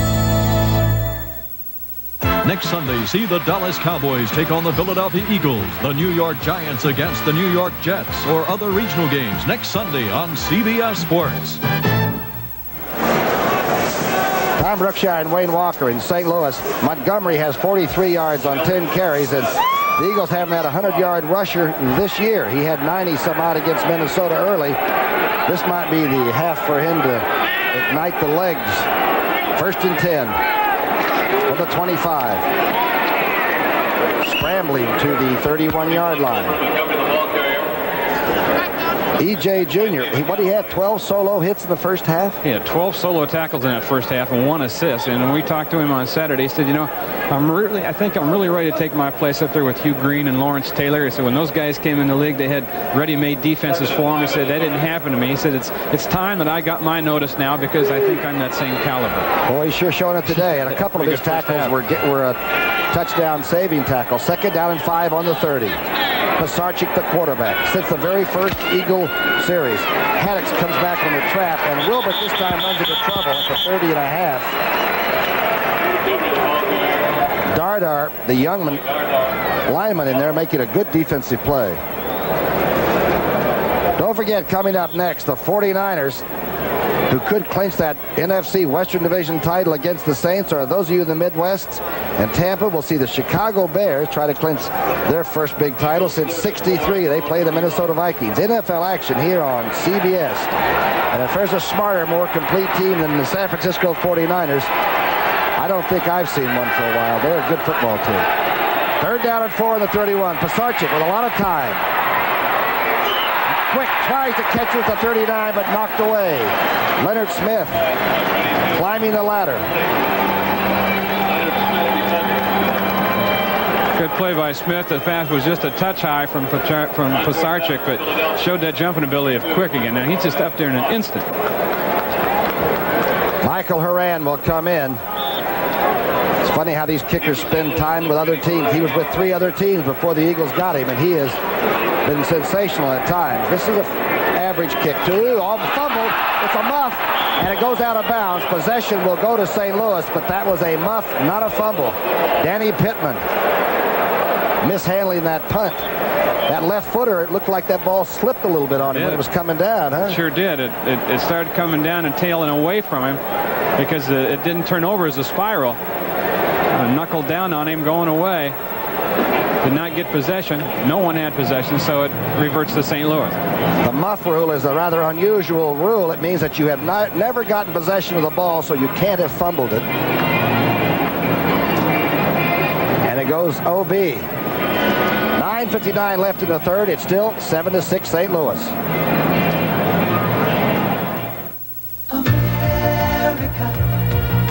America's driving over. America's driving to Firestone. Firestone's Drive Over Sale. Save up to 30% on tires, MasterCare service, batteries. Save on every size 721 steel belted radio from only $29.95. Plus, save on MasterCare awarded service, tune-ups, shocks, batteries, and more. Firestone's Drive Over Sale at Firestone now. Firestone. It's a Radio Shack Merry Christmas. What are the children playing with, dear? Electronic games from Radio Shack. There's Track Star with races just like the arcade game. And 3D Sky Duel with 3-dimensional graphics and sound effects. And Supercopter with a joystick and 4 levels of play. Pretty neat, huh, Mom? Quiet, dear. I'm shooting down my enemy planes. Oh. Electronic games from $7.95 to $29.95. Only at Radio Shack. Jim Hannafin watching as his great Cardinal offense has stalled out for the last 3.5 weeks. 1st and 10 for him. Lomax, the quarterback. Only back in there is Anderson, who takes the inside handoff. A little delay. Cuts through there, gets to the 36-yard line. Ray Ellis comes up under the big back at that point. Some other scores around. 17-16. That extra point for Tampa Bay is drive McKay right into that golf cart. 28-7, Cincinnati beating on Atlanta. 17-7, Kansas City over the Giants. I think that Kansas City is sort of an underrated team. 27-7 Washington, and you're looking at Neil Lomax, the gunner, tossing back there, trying to get the running game going on 2nd and 6. Anderson's knocked out short of the 40-yard line. Now for an NFL update, let's go to New York City. Brookie, you gave the score, but take a look at this touchdown run by Eric Dickerson of the Rams.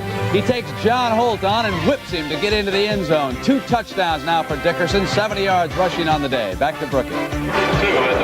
Well, Brent Dickerson took apart the St. Louis defense, but the Cardinals still thought that even though he had 150 some odd yards rushing, that St. Louis should have beaten Los Angeles. Boy, Dickerson, a son running back. You let him get in your secondary and better call for help. Call the emergency crew. 3rd down and 2 on the 40-yard line. Shotgun. Being chased. Good movement. Now he's going to run for it. No, he's going to throw on the run. And it's dropped at the 45-yard line by Cedric Mack. The conversion is not complete from defensive back to offensive receiver.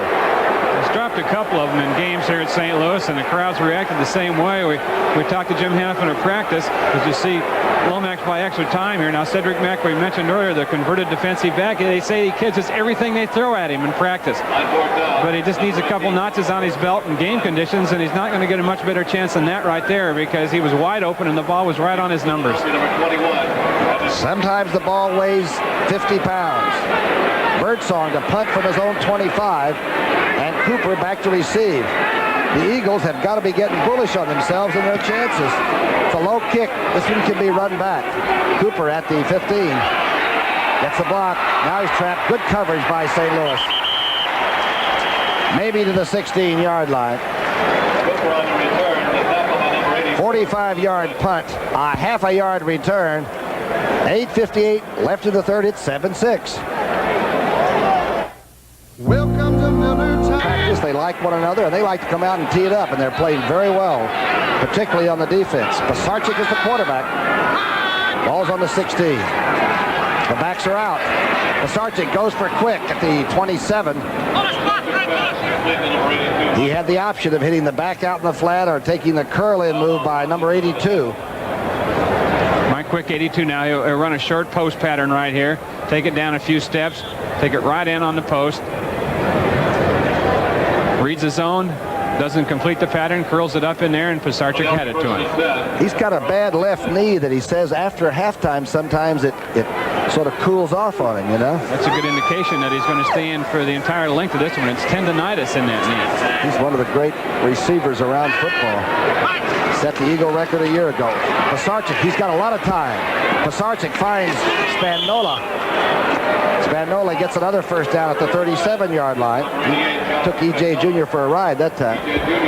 Spagnola right here says when Mike Quick is catching the ball and they're double covered him, that's when I'm going to catch the ball because it opens up things underneath for me. Now he's much like a basketball player here.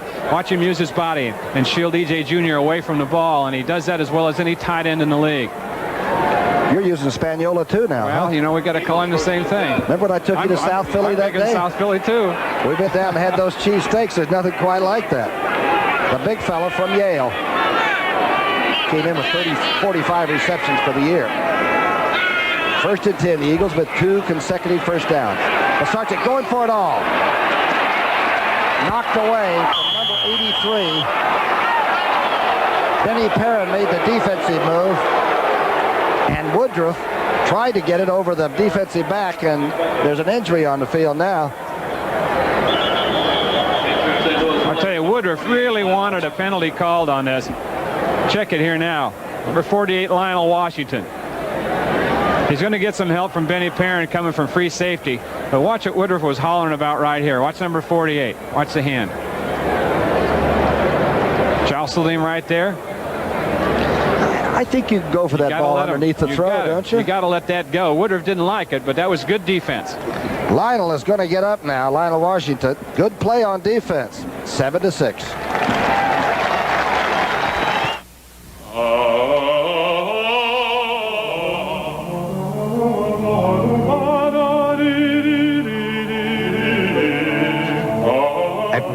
We make computers that not only enhance individual performance, but work in harmony with one another and compatibly with our competitors to bring out the brilliance in all. Wang, we put people in front of computers.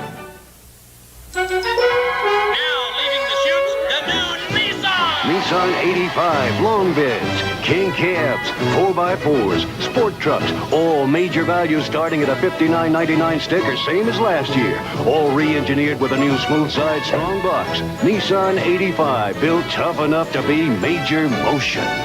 Right now, special incentives from Nissan can help save you big money at your Datsun dealer, but hurry, offer limited. Lionel Washington just shaken up over by Floyd Peters, the defensive coordinator. Young Victor Heflin is in at right corner, and Wayne Smith has moved to the left corner. Inside handoff. Haddix stacked up at the 40 and taken back to the 36 rather rudely. I think the pass before that Pisarcik threw deep, even though it wasn't completed, I think it served notice to the St. Louis defensive backs that he's into the game now, Pisarcik is, and he's not going to throw the little dump-offs all the time. He's going to be willing to try it long. And even though it wasn't a completion, I think it sent a message out there. Washington is back in as Pisarcik will go to the Eagles shotgun on 3rd down and 7 on his own 40. Flags are down. There's still time on the clock. Let's see. As Curtis Greer throws Pisarcik around at the 35. The flags were down early in that.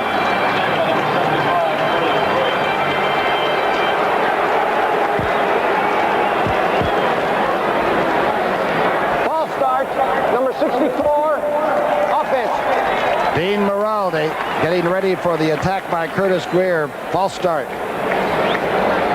Swamp Fox has gum for every day in the week. He keeps stacking it in there. By the end of the day, Marion Campbell has a whole package in his mouth.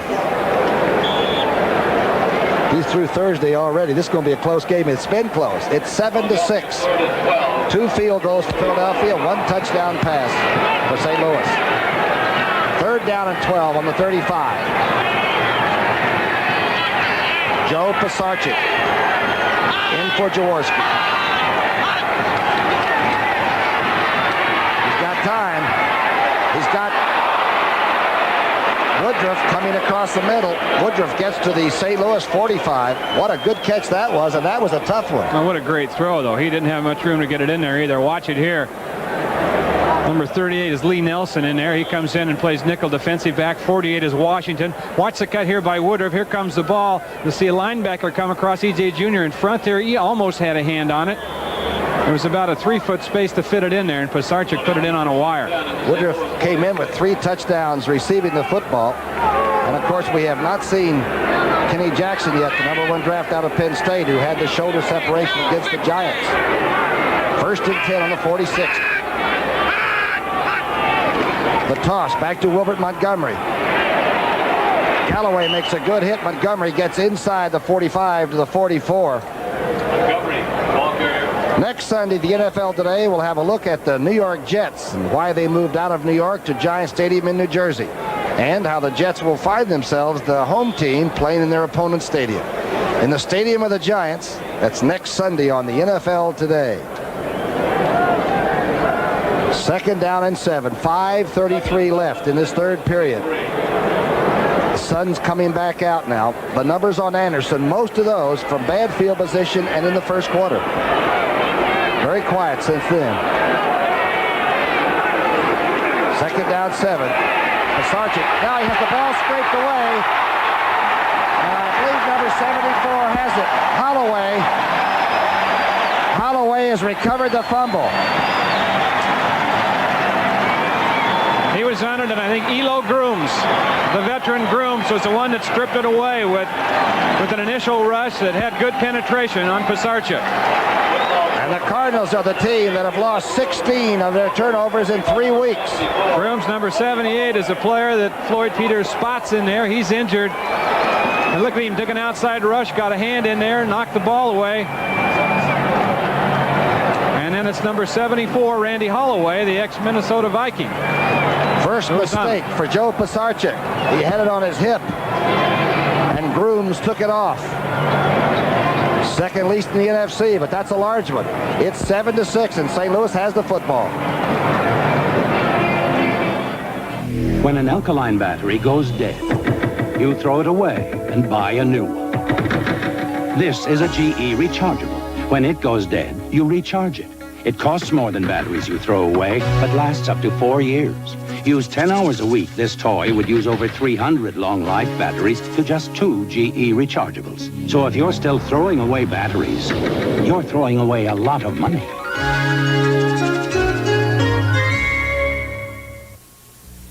Isotoner men's gloves present the great hands of the NFL. They're the hands that throw the ball, the hands that catch it, the hands that make the game. But not all the great hands are on the field. There are some terrific hands in the stands. These hands look great every time out. They wear Isotoner brand gloves from Eris with the custom finger-by-finger fit. Isotoners can handle anything. Eris Isotoner men's gloves. Get a pair for Christmas at any fine store. The man they call Elo, Grooms, obtained for the Saints. He's been hurt. That was some big scrape. Caused that turnover, the first one of the day. Lomax at the 48 of Philadelphia. Quick drop outside. Roy Green steps out at the 42-yard line. You got to let him have those all day. I think it's going to be there all day for him, too, if they want to take it. He's a strider, and he's got as much speed as any wide receiver in the National Football League, and you do have to cushion him. And the best you can do in that situation is try to get there at the same time the ball does and perhaps strip his arms or give him a shot in the back. A 4.340, so he can take one dip to the outside and go up that sideline so quickly. Pick up a 5, second down and 5. Anderson running left. Eagles, good defense. A line of scrimmage nail job by at least 3 Eagles. Joel Williams there first, he and Griggs. They strung him out that time and got him going parallel with the line of scrimmage. Turned him right into number 58, Anthony Griggs, who says that was the thing that they feared the most about Anderson is his ability to pick the hole off the sweep. So many times he'll cut it back inside. Those other scores, Tampa Bay back on top, 19-17. That extra point still looms big, doesn't it? The Giants back in business, but trailing by 3 with Kansas City. Cleveland opening up on the Houston Oilers, 20-7. Here we're third down and 3. It's Cardinals shotgun. Quickly for Tilley, who tried to fake it and overthrown at the 30-yard line, but covered by Herm Edwards very, very well. Little guy came down with his hands down like he wasn't going to get the catch. When you're a defensive back, as you well know, Brookie, they'll do that sometimes. You know, pretend the ball's not coming their way. If you're concentrating on them, you can tell by their eyes, though. Their eyes start getting a little bigger when the ball's on the way. Carl Birdsdog back to punt. The numbers on 6 kicks. He is really booting that thing today. Cooper's waiting. Cooper's back on the Eagle 10. Field position now sort of goes with the Cardinals. Ooh, this is a skyline. Into the end zone. No roughing the kicker called. So Philadelphia will take over the ball at their 20-yard line. Don't forget NFL football next week on CBS Sports. It all starts with the NFL Today, as it always does. Then as the NFC East scramble heats up even further, most of you will see Dallas take on Philadelphia. Those of you in the Northeast will see the Jets and the Giants. The Midwest will see St. Louis and New England, or Tampa Bay and Green Bay. Those of you in the Mountain Time Zone in Michigan will see Detroit and Seattle, or you'll see New Orleans and the LA Rams. NFL football next Sunday right here on CBS Sports. First and 10 facing Pasarchik, who just fumbled on the last series, but he's been good, and he is ready to play today. Straight drop back. The backs are out. Michael Williams has it in the flat to the 22-yard line. Thomas Howard getting a call.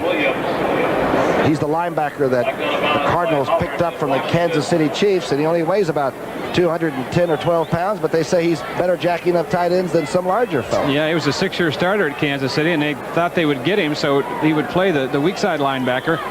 But when they put him over on the tight end side, he handled it better than the rest of their linebackers, so that's where he's been.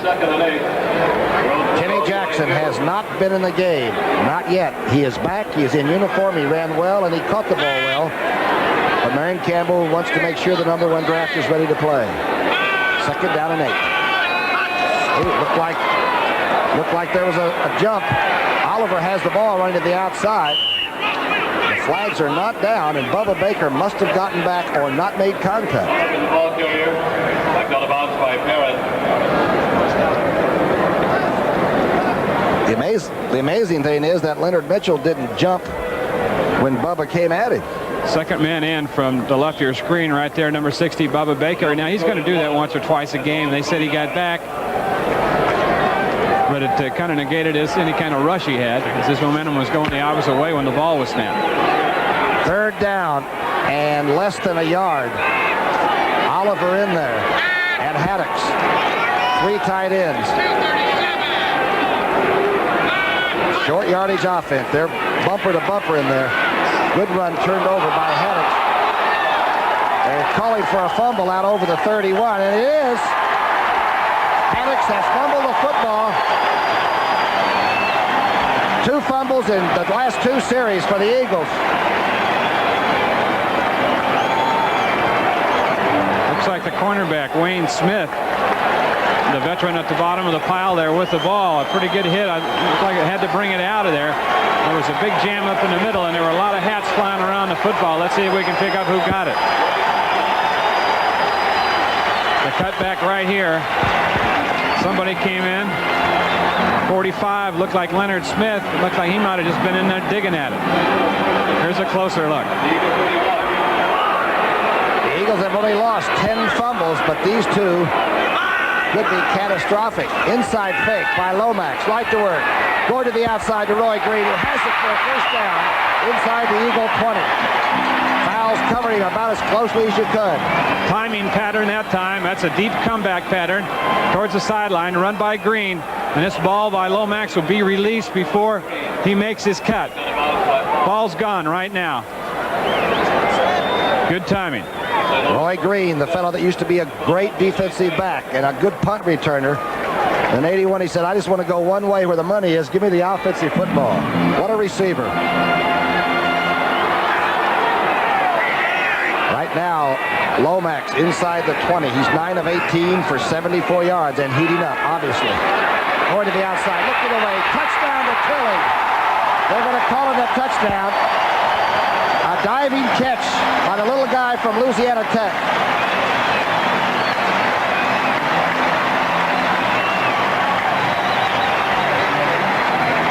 That was a good read by Lomax because they had Herman Edwards all alone over on the left side. Single coverage man-to-man on Pat Tilley. Lomax looked at the defense down the middle, spotted what it was, and went right over to where it was single coverage. Tilley took Edwards into the post, ran a post pattern on him, then with the move, broke it back outside and had Edwards beat. A 20-second touchdown pass for Neil Lomax. And a good diving catch by Tilley in the end zone. O'Donohue trying for the extra point. Billy Perrin is holding. It's good.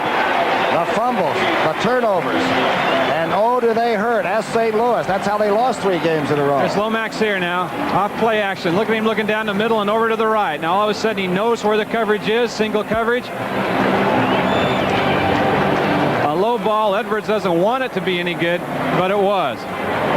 31 yards in 2 plays. 2 very sharp passes by Lomax, and Tilley got the cigar.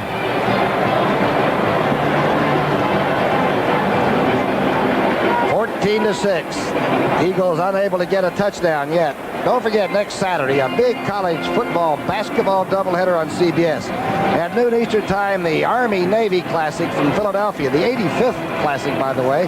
Then at 3:30 Eastern time, NCAA basketball, Oklahoma and Wayman Tisdale. Remember him on the Olympic team? They take on the Fighting Illini of Illinois, who are ranked number 2 in some of the early polls. That's college football and basketball next Saturday here on CBS.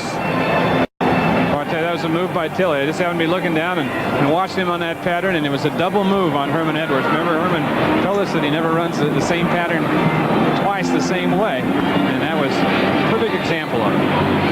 And I always thought the receivers absolutely had no conscience at all. If they could do that to you, that's the way the game is played. The great Raymond Berry was that way. There was no way you could get a read on him on anything he did. And they act like they're nice people, you know. They ask you about how your family is and your off-season occupation, etc. But they catch the ball and it hurts. O'Donohue kicking off. Tall Irishman gets it to the 13 where Cooper has it. Oh, a tackle at the 20. That's by Noga, the young Hawaiian, down under that number 57. Nico Noga. Try that one, Nika Noga. Nico Noga. Check him right here, number 57. This is their 8th round draft choice this year, a rookie. Now, guarantee he isn't the fastest person on that kickoff team, but he's down there 6 yards in front of everybody through desire. And back on the bench sitting there, relaxed. University of Hawaii. 3:33 left in the third. 14-6, very quickly on 2 fumble turnovers by the Eagles. That's the way it happens in this league. 1st and 10 from the 20. Pisarcik across the middle, got a receiver. Woodruff at the 39.5-yard line. Tony Woodruff coming back now, making a good catch, and Pisarcik let him know. You know, Pisarcik going to other people, as we've seen him try Woodruff, we've seen him try Mel Hoover, and I think the reason he's not looking at Mike Quick a lot is I really think that Quick's being bothered by that tendonitis in the knee. He told us yesterday that he was probably tops 90%. And when you rely on speed at that position like wide receivers do, that's pretty tough for him. Look at the Eagles. Fumble, punt, and field goal. The last 4 possessions. The toss. Back to Michael Williams. The reason Williams is in there, by the way, is because Wilbert Montgomery has bruised ribs and is having to get them fixed up on the sidelines. He is out right now. Good tackle put on by E.J. Jr. Mississippi College is where Michael Williams comes from. He's a 225-pounder. 2nd and 7 at the 42. Drafted along with Haddix the year before in what they called Marion Campbell's Mississippi Connection. 2nd down and 7. A little over 2 minutes left in the third.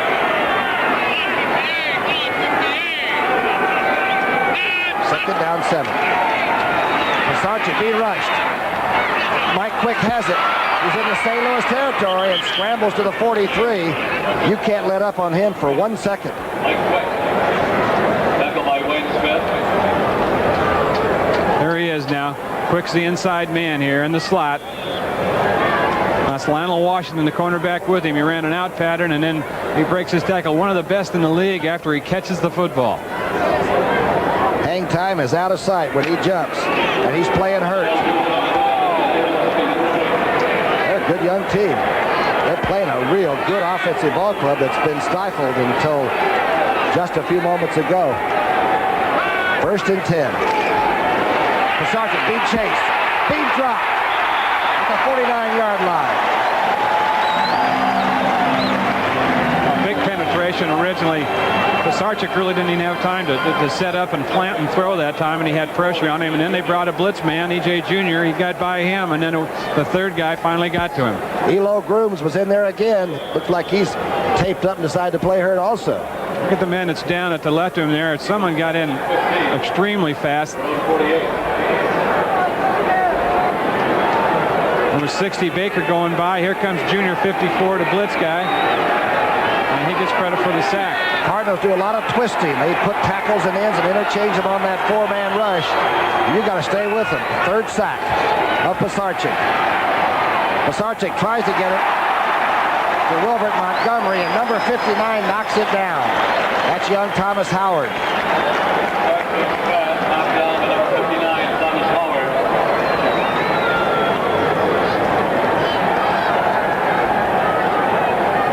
Jaworski was hurt on the first offensive series, and Marion Campbell went with Joe Pisarcik. Jaworski with a fractured fibula, the small bone in the lower leg. First series, hit and dropped after 160 consecutive starts.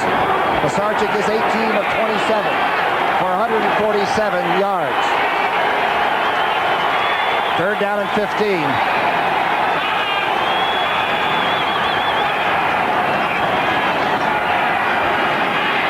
Pisarcik for Quick. He's hit at the 40 and taken back to the 43 by Benny Perrin. Let's go to New York City in an NFL update with Brent Musburger. Rookie, here's a big moment for the Bucs against the Rams. The Bucs had kicked that field goal, got the ball back, and then DeBerg threw the ball to Adger Armstrong, got in for a touchdown, and now it's 26-17 back to Brookie. Tampa Bay continuing to improve on offense, Brett. Michael Horan kicking, trying for the corner. Stuck Mitchell just watching this one. It's a pretty good looking kick. different corner at the 4.5-yard line. Look at the two kickers. That's when you feel like you've been kissed, when you get off a putt like that, right? Don't forget, coming up next, most of you will see the class of the NFC, the San Francisco 49ers. They could clinch that NFC Western title against the Saints today. Those of you in the Midwest and Tampa will see the Chicago Bears try to get their first big playoff win since 1963. They play the Minnesota Vikings. All this action here on CBS. 14 seconds left in the third period. A 14-6 lead for St. Louis, but this is by no means a lock. Lomax from his own 5 or less. 1st and 10. The drive play off the left side. Bouncing out is Farrell. And keeps on his feet to get to the 7, purely on his own effort. That's the last play of the third quarter. The score, St. Louis 14, Philadelphia 6. We now pause for a word from your local station. It is a day filled with pageantry and passion. The 85th Army-Navy game, college football, next Saturday on CBS Sports. This is CBS. Introducing the new Jeep Wagoneer Limited, with a luxurious leather interior not available in the Buick Estate Wagon, a larger standard engine than Volvo GLT Wagon, and even more cargo space than Dodge Caravan. And Jeep Wagoneer lets you shift on the fly from 2-wheel to 4-wheel drive. Wagoneer luxury in 4-wheel drive, only in a Jeep. Big red, that's what they're chanting here. Mascot's not bad either, right? 14-6. A big play here. 2nd down and 8 on the 7. Lomax. He'll be throwing from the end zone on the 1. Oh, he's hit. Was the arm coming forward? Incomplete pass. Joel Williams from the weak side got the QB. Joel Williams, one of the good blitzing linebackers in the league. 16 sacks in 1980. That topped the NFC. Watch him come in from the left side of your screen. 2 backs over to that side. One of them had to pick him up. Nobody did. 31 is Farrell, and he takes an inside and runs right by him, and Lomax pays the price. Bringing up a 3rd down and 8 from the 7. Dangerous. Lomax now in the shotgun will be on the 1. The 4-man rush is on. Lomax out of the end zone finds Tilley. Tilley is hit and dropped at the 13 by Hopkins. And Lomax got up slowly. Now we mentioned pinched nerve in his shoulder, and we talked to him yesterday, Tom, and we said, you know, are you okay? Are you 100%? And he said, yeah, but it wasn't what you'd call a real committed, yeah, I'm okay. I think he is hurting some. I think he has really matured, though. You know, he took a lot of the blame for the 3 losses that weren't his. He just said the 4 interceptions against the Giants were just awful. And now Birdsong kicking from the end zone. Cooper back at the Eagle 43. 14 minutes left in this ball game. Oh, barely gets it out. Almost blocked. Taken by Cooper on the fair catch at the 48-yard line. But Sarchek will be in pretty good shape. It's 14-6 St. Louis. Eagles with the football. Where you going? Over there. The new Subaru sedan is so much larger and more luxurious, you probably won't recognize it. But don't let its good looks fool you. It's still inexpensive and built to stay that way. When a road is slippery, braking your car can cause skidding or worse. Now Tevis, an ITT company, has an anti-lock brake system to help keep your car under control. A built-in computer senses the road and brakes the wheels without locking. This ITT Tevis system is beginning to reach cars this year. Not a winter too soon. Last week against the Redskins, filling in for Jerry Robinson, did an excellent job, and does an excellent job every week on the special teams. I can't even see him. I was so close to that ball. The Eagles, could feel it go by. The Eagles with 14 minutes, they need 8 points. Keep it in mind. We're talking about a touchdown field goal.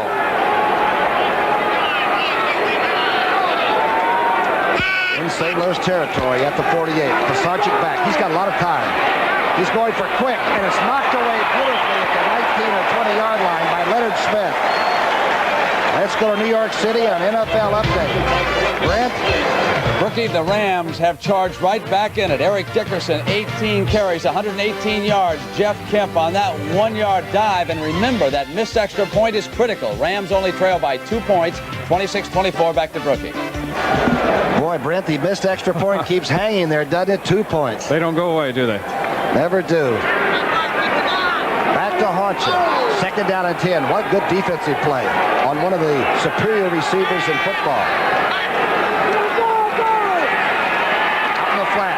Haddix gets away from one tackle. Gets inside the 40 to the 36-yard line. And he has great straightaway speed. Lionel Washington barely getting number 26.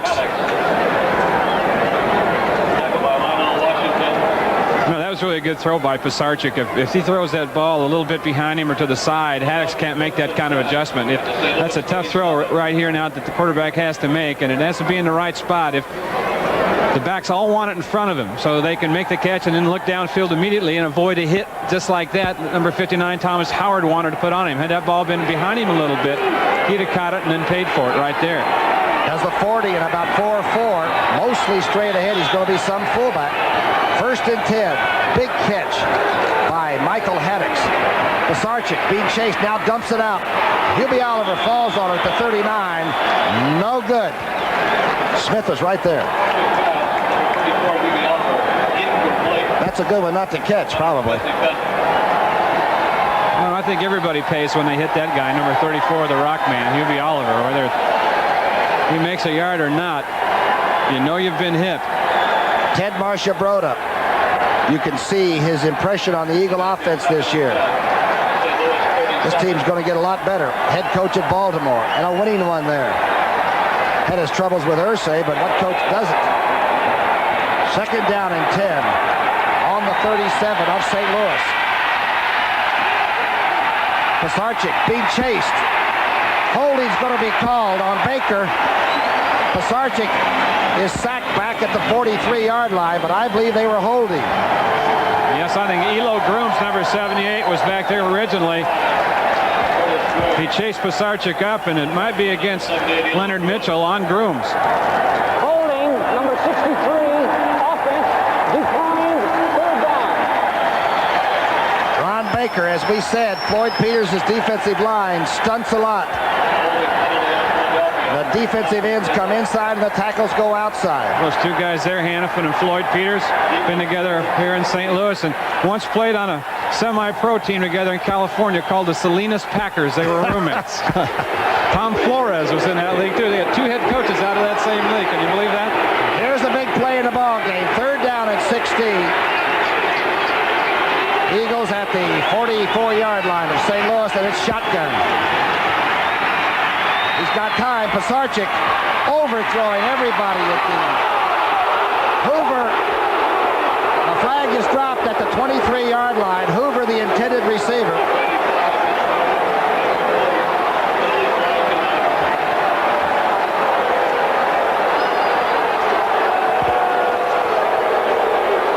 There is some discussion as whether the ball was catchable, probably. That's it. Let's see. Pat Haggerty is the man in charge of the crew. The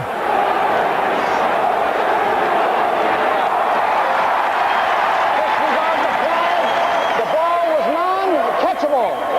4th down. As Wayne Walker said, non-catchable. Disregard the flag. I'm not so sure Coach Campbell will agree. Not so sure I would have agreed with the call in the first place had the ball been catchable. Wayne Smith, number 44, in pretty good shape on it. I really think at this stage of the game, and a game that's as important, that you got to let a little jostling going around that they do in the NBA and they do in hockey. No harm, no foul. Michael Horan now kicking from the Eagle 45. This is not as good a kick as the previous ones. In fact, this is a bad kick. They're going to mark this one back up. They're still trying to walk it off. Horan can't believe it. Neither can Coach Campbell. Call it the 21-yard line. St. Louis has not only held, they have stemmed the tide. A 22-yard punt. And that's not all. As you can't see his eyes, but boy, you could see his defense. He's a great defensive coordinator wherever he's been. Handoff. Cardinals now trying to keep the ball. Anderson doesn't look like he was trying to get outside very much. In fact, it looked like the ball hadn't been snapped. Moran obviously unhappy with himself after a 22-yard punt.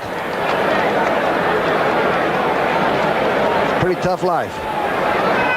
Life of a kicker is sometimes like the life of a distance runner, very lonely. It's just as good as your last kick. Second down and 11 from the 21. Pittman is in for the Cardinals. Lone back is Anderson. Lomax being sacked, dumps it out in the flat. Anderson gives it a Pele move and kicks it along the ground. Somebody was zeroing him in at that. I believe it was Denny Harrison. It's a little shovel pass forward by Lomax, who was in trouble, and it was low to OJ, and he couldn't come up with it. Pressure by Harrison. Take a peek now. Good coverage downfield because Lomax has time originally. 68 has the pressure. Jody Schultz is back there, and that's not in the possession of the pass rusher. Looked like they had him wrapped up. Close to it. Sometimes they call it, sometimes they don't. Third down and 11 from the 21. Shotgun. Big play for the Eagles defensively. Lomax is down at the 13.5-yard line. Harrison came quickly, and so did Darby, number 94.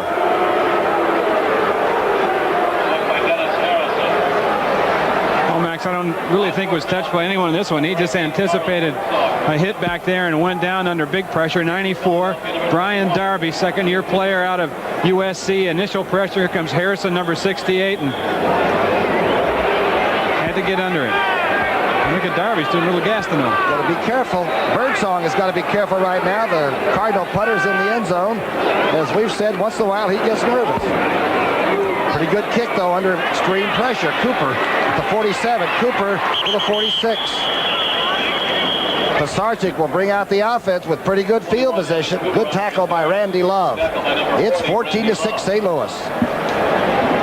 My shoulder separation is gone, and I can rest up in the offseason. He's the #1 draft out of Penn State. Heard in that Giant game. I'd love to have him back. I know Mike Quick would like to have him back because when he's in there, he doesn't see as much double coverage. Yeah, his last game against the Giants, he had an 83-yarder and split the zone. Pisarcik has the job. 1st and 10 now on the 46-yard line of St. Louis. Out of time. Pisarcik out to Wilbert Montgomery. And E.J. Jr. really separates ball carrier and ball. I'll tell you, he's having a career game. Number 54, E.J. Jr. He had 12 solo tackles, 1 assist at the half, and he's been on about a half dozen more since then. Wilbert got up slowly, and number 31 does not back off. E.J. Jr. becoming a very physical linebacker. He gave us about a 10-minute filibuster on Saturday about linebacking, didn't he? Up in the seats here, we were sitting in the sun. He entertained us for a long time, E.J. did. Thought he was doing a telethon. 2nd down and 10 from the 46. Eagles getting somewhat desperate. Maddox gets a spin, gets away. Good tackle at the 49-yard line by Lee Nelson. A lot of red here at Busch Stadium in the stands as well as on that field. That's good football play. Good wrapped-up tackle. You bet. Number 38, Lee Nelson, used to be a starter here at safety and lost his job this year to Leonard Smith. He comes in the nickel situation. He's led in the team in tackles last year from strong safety. St. Louis is trying to get a wave started in the stands. Right now, Pisarcik is trying to get points. He trails by 8. Shotgun time on 3rd and 12. Across the middle. Knocked away from Woodruff at the 36-yard line. Wayne Smith hanging pretty tough today.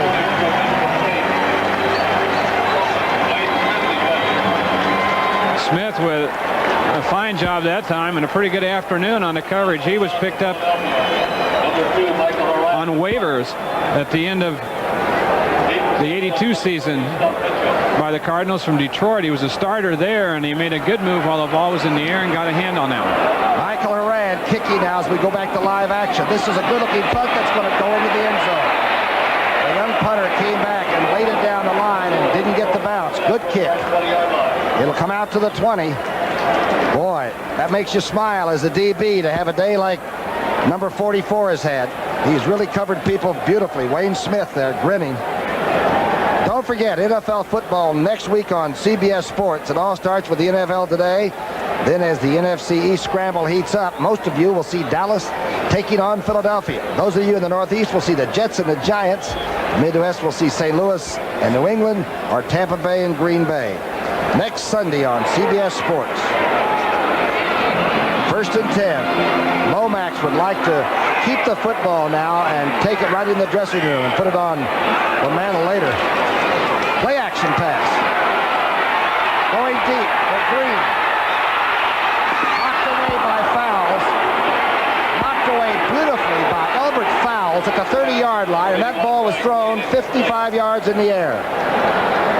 And against Roy Green, the play was made, who, as we mentioned earlier, one of the top speedsters at wide receiver, and defensive backs will all tell you that he has the ability to separate while the ball's in the air. It seems like he's going full speed, and then the ball's in the air, and he has another gear to put it into. Watch number 29 turn around and play the ball just beautifully at cornerback, and it cannot be done any better than that.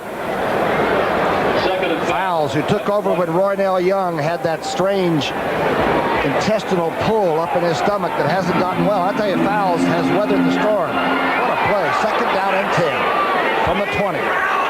Lomax not putting the offense away. He's bringing it out. Here's the straight run. Anderson, maybe a half yard. Kenny Clark and company tough in there. Remember, this is a big offensive line for the Cardinals.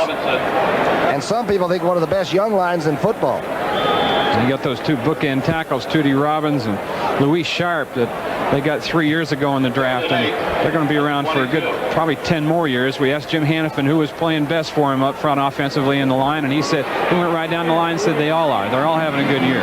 Sharp, Terry Steve, Randy Clark, Bostic, and Tootie Robbins, as you said, they are big and solid. 3rd down and 8 on the 22. Lomax. Oh, good throw. Roy Green steps out at the 37-yard line. Man, this was a nice pass play. Lomax threw a clean one.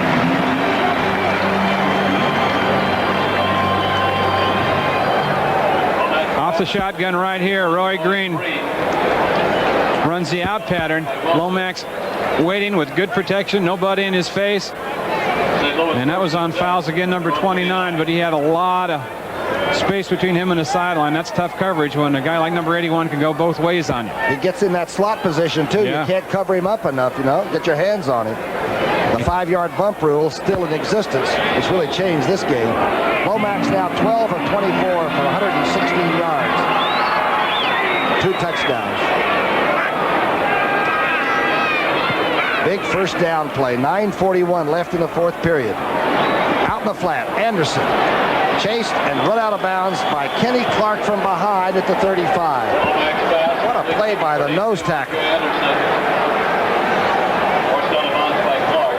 The clock here at Busch Stadium, 9:34. 14-6 lead for St. Louis. It has not been easy. But the Eagles simply have not been able to capitalize. They've had a few chances and got down there. Hoover dropped the ball in the end zone. It's been tough.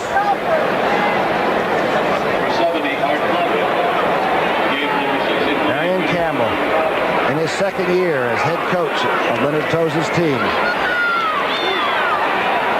Roy Green dropped it almost, fumbles it back at the 39. Ball thrown a little bit downhill that time. Herm Edwards in good position. Edwards got his 29th career interception for the Eagles last week and tied my old buddy Don Burroughs, the Blade, at 29. Billy Bradley has 34. Super Bill does to lead that category. Herman said that He's getting a few more balls thrown at him now at the beginning of the season when young Albert Fowles was making a start on the left corner that they were picking on him some, and he said, but now they're coming back to me because because Albert has held his own, and said you really can't make good plays unless they throw the ball at you. A good veteran, a free agent that's made it big. Lomax being chased out, flushed out. The ball is thrown for Stump Mitchell, and the official can't get his flag out. Now he does. Wes Hopkins unloaded on Stump Mitchell. The official almost tore his pants up trying to get the yellow flag out. Hopkins just there early on the hit. Defensive pass interference. Push on.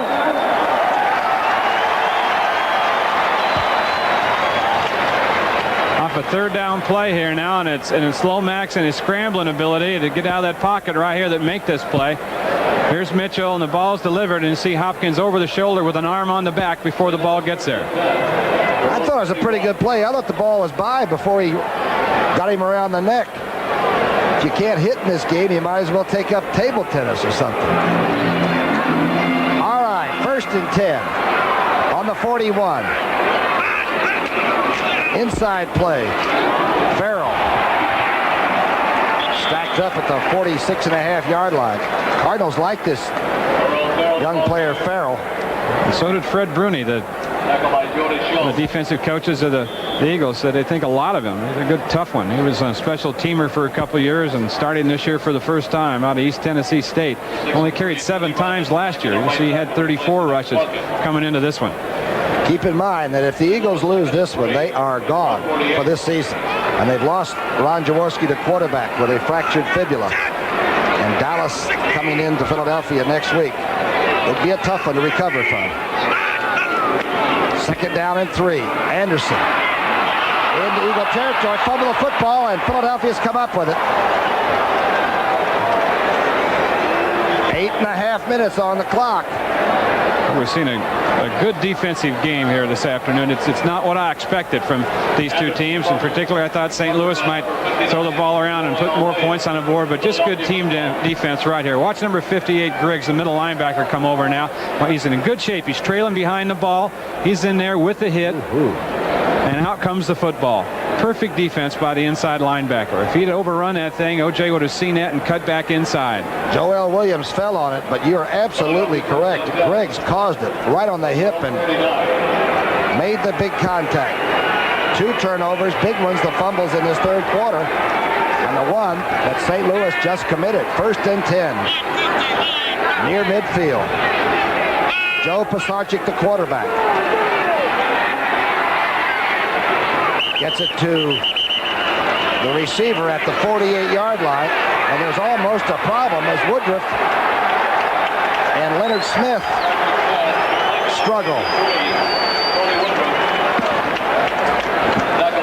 Leonard Smith, the 2nd-year player, was drafted as a cornerback and had an ankle injury last year. Didn't play any. They moved him to strong safety in the preseason, the training camp this year, and he played well enough there to beat out the veteran Lee Nelson, as we told you.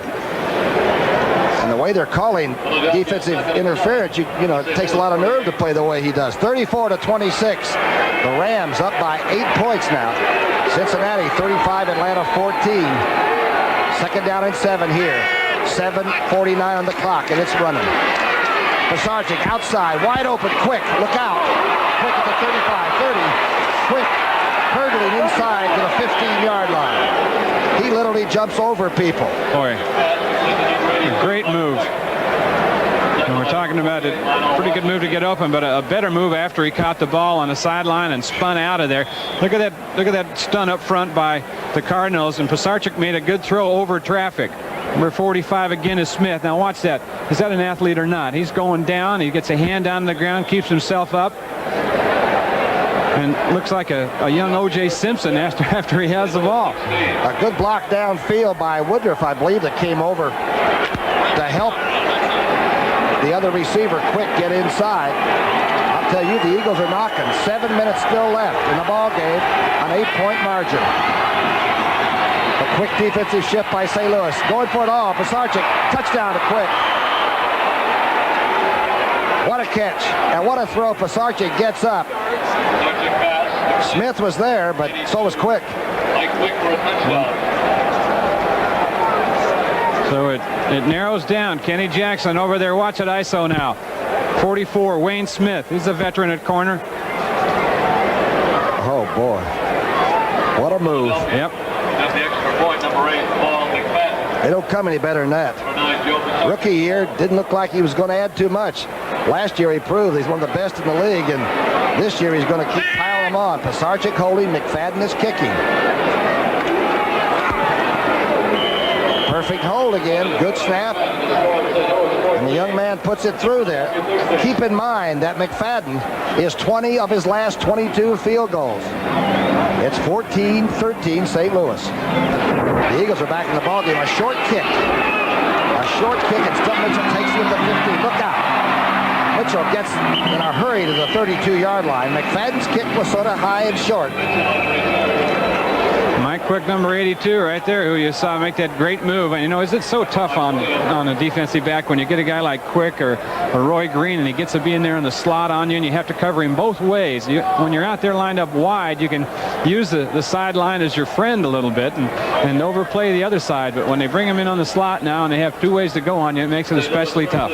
Remember, when he and Kenny Jackson are in there together, you've got to decide if you're going to double both outside receivers. Your tight ends are going to catch 70 balls a year. 3 plays, 51 yards. Boy, some great catches by Mike Quick in there. Pisarcik handling the offense very well. 1st and 10 from the 33. Lomax got to eat up some of the clock. There's still 6:50 left. Straight drop back. Now the dash out. Lomax is going to be... throws back into territory. Jody Schultz almost intercepted it. He was out of bounds before he threw, I think, Boogie. Pisarcik got up after the touchdown strike. The big rush got him, but not before he delivered it for the touchdown. His first touchdown pass of the year. Jaworski has a fractured fibula, is out for 1984. And this fellow was ready to play. What a great job. 23 of 37, 218 yards and a touchdown. And did come back in the second half and opened it up some after coming in and getting settled in the game and establishing himself in the flow of things. He's had a fine afternoon. Good man. 6:41 left. Lomax stepped out of bounds, so now it's 2nd down and 17. Don't go away, folks. Lomax doesn't have time. Kenny Clark has him. Clark has Lomax certainly in his grasp at about the 14-yard line. Boy, back there immediately.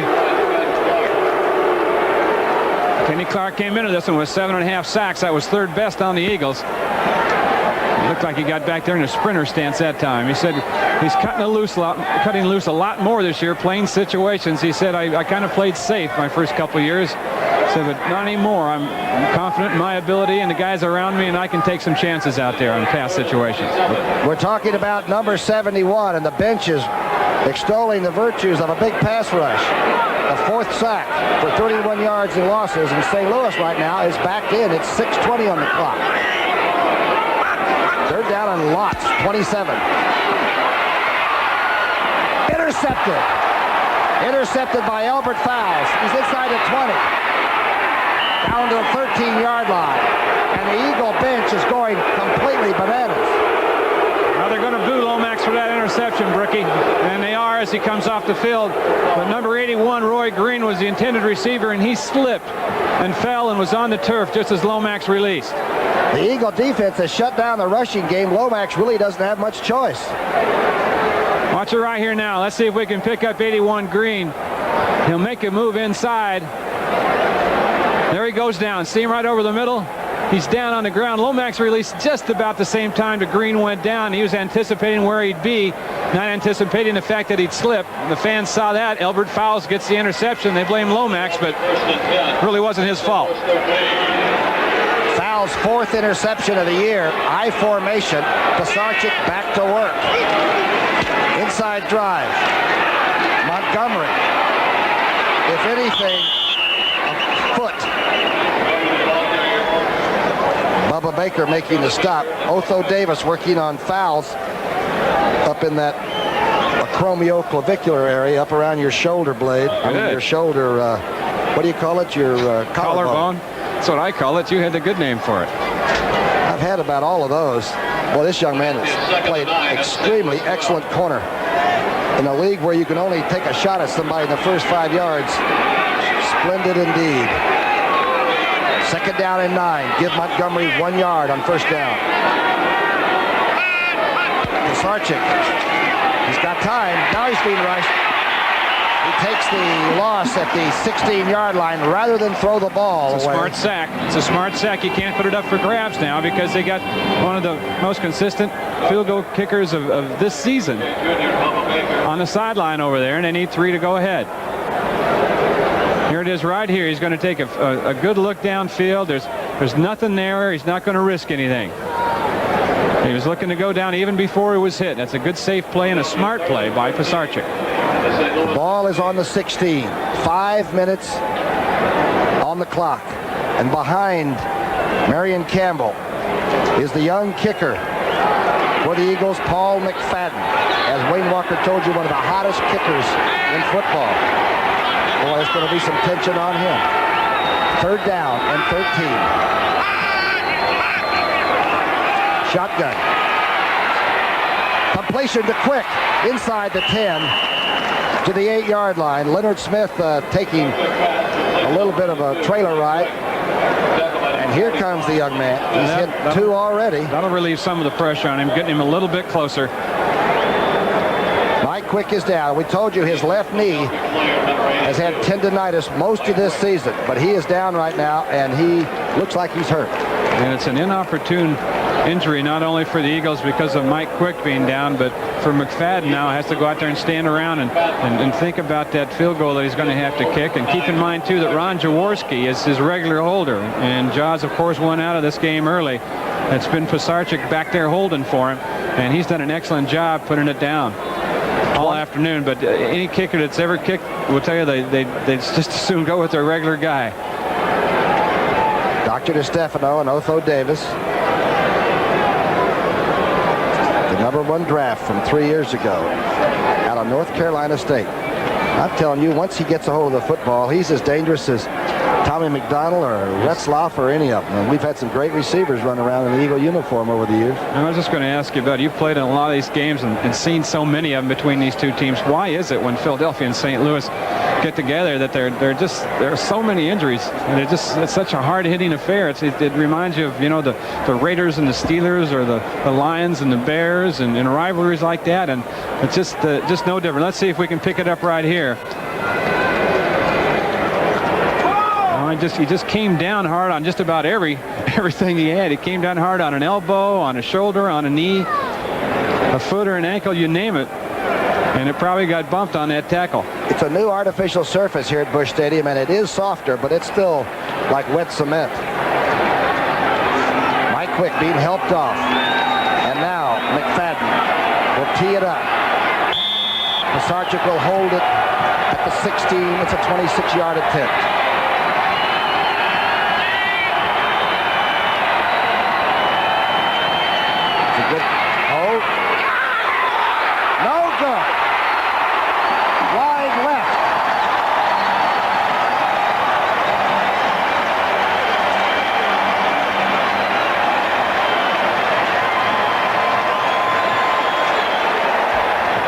It's a 3-man project, but Jimmy Turner, the old field goal kicker with the Jets and the Broncos, said it's 80 or 85% kicker's fault if you get a good hold in the snap when you don't get it through there.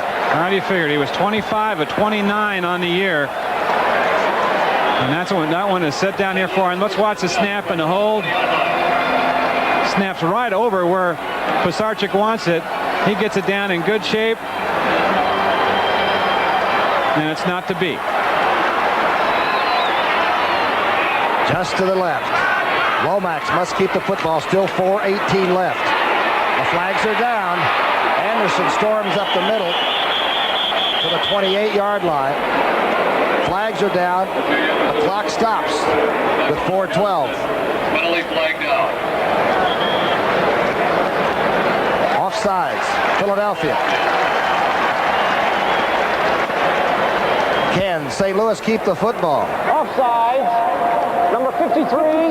Defense. Decline.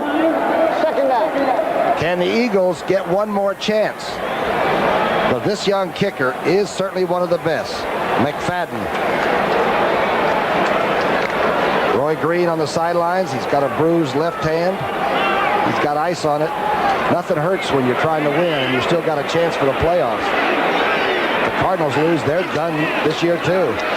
Anderson breaks through a big hole, gets to the 36-yard line.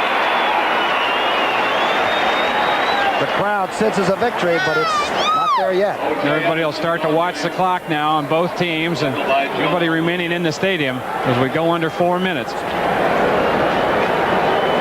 Both teams have their timeouts. Anderson now at 83 yards on 18 carries. Now the Eagle defense will start to tackle the football. They got 2 away from John Riggins a week ago in that upset of the Redskins. They'll be going for it from now on. Anderson bounces outside. At the 40, stopped by Ray Ellis. Only the great ones can make that kind of adjustment. It looked like he was on roller skates, and there's McFadden, and you know the youngster's thinking, please work it out some way where I can get one more chance. Boy, he is as cool under pressure. We saw him kick 2 over 50 yards against Detroit to get him in the overtime. He had 3 that day, 3 for 3. We just got a sideline report from the Eagles side of the field on Mike Quick, and it's a rib injury. Got hit in the ribs, and it's questionable whether he will return. 2:49. The clock is running. Both teams have 3 timeouts. Second down and 6. Drive play. Anderson, just looking to keep the ball, is knocked back to the 38-yard line. Well, if you've ever had a rib injury, they can be the most painful of them all. Be watching the Late Show for the next 10 days. You can't sleep at night. There's no way to get comfortable. A timeout's being burned now by the Eagles. Broke a couple ribs one time and had to be helped in and out of the car. Could drive okay, but couldn't get in and out. You can see the arch in the background here at Busch Stadium in St. Louis. Don't forget, coming up next, most of you will see the classic of the NFC. At least we think it's the best team. The San Francisco 49ers could clinch that Western Division title. They've only lost once. That was against Pittsburgh. Those of you in the Midwest and Tampa will see the Chicago Bears try to clinch their first championship since '63 against the Minnesota Vikings. More NFL action coming up next on the doubleheader day for CBS Sports. San Francisco. They had a little trouble with Philadelphia. If you recall, when they came in to play the Eagles at Vet Stadium, Montana was injured with his sternum being hurt. Doug Cavanaugh still beat the Eagles, but it was a close game.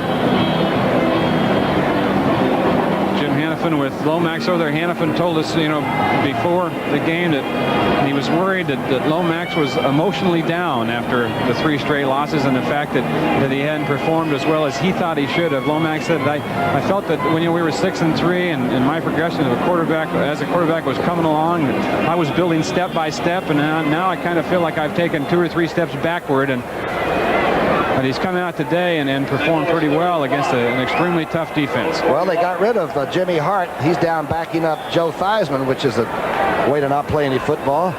And they got 2 rookie quarterbacks in here now, so Lomax, whether he's hurt or not, he figures he has to carry the ball club. He's done some job. 2:28 left and 2 timeouts left for Philadelphia. Lomax from the shotgun. He sack fumbles the football. That's a live football. I believe Philadelphia has it. And McFadden's prayer may have just been answered.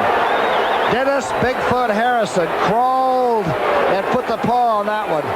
What a pass rush. You bet. It just totally collapsed around Lomax.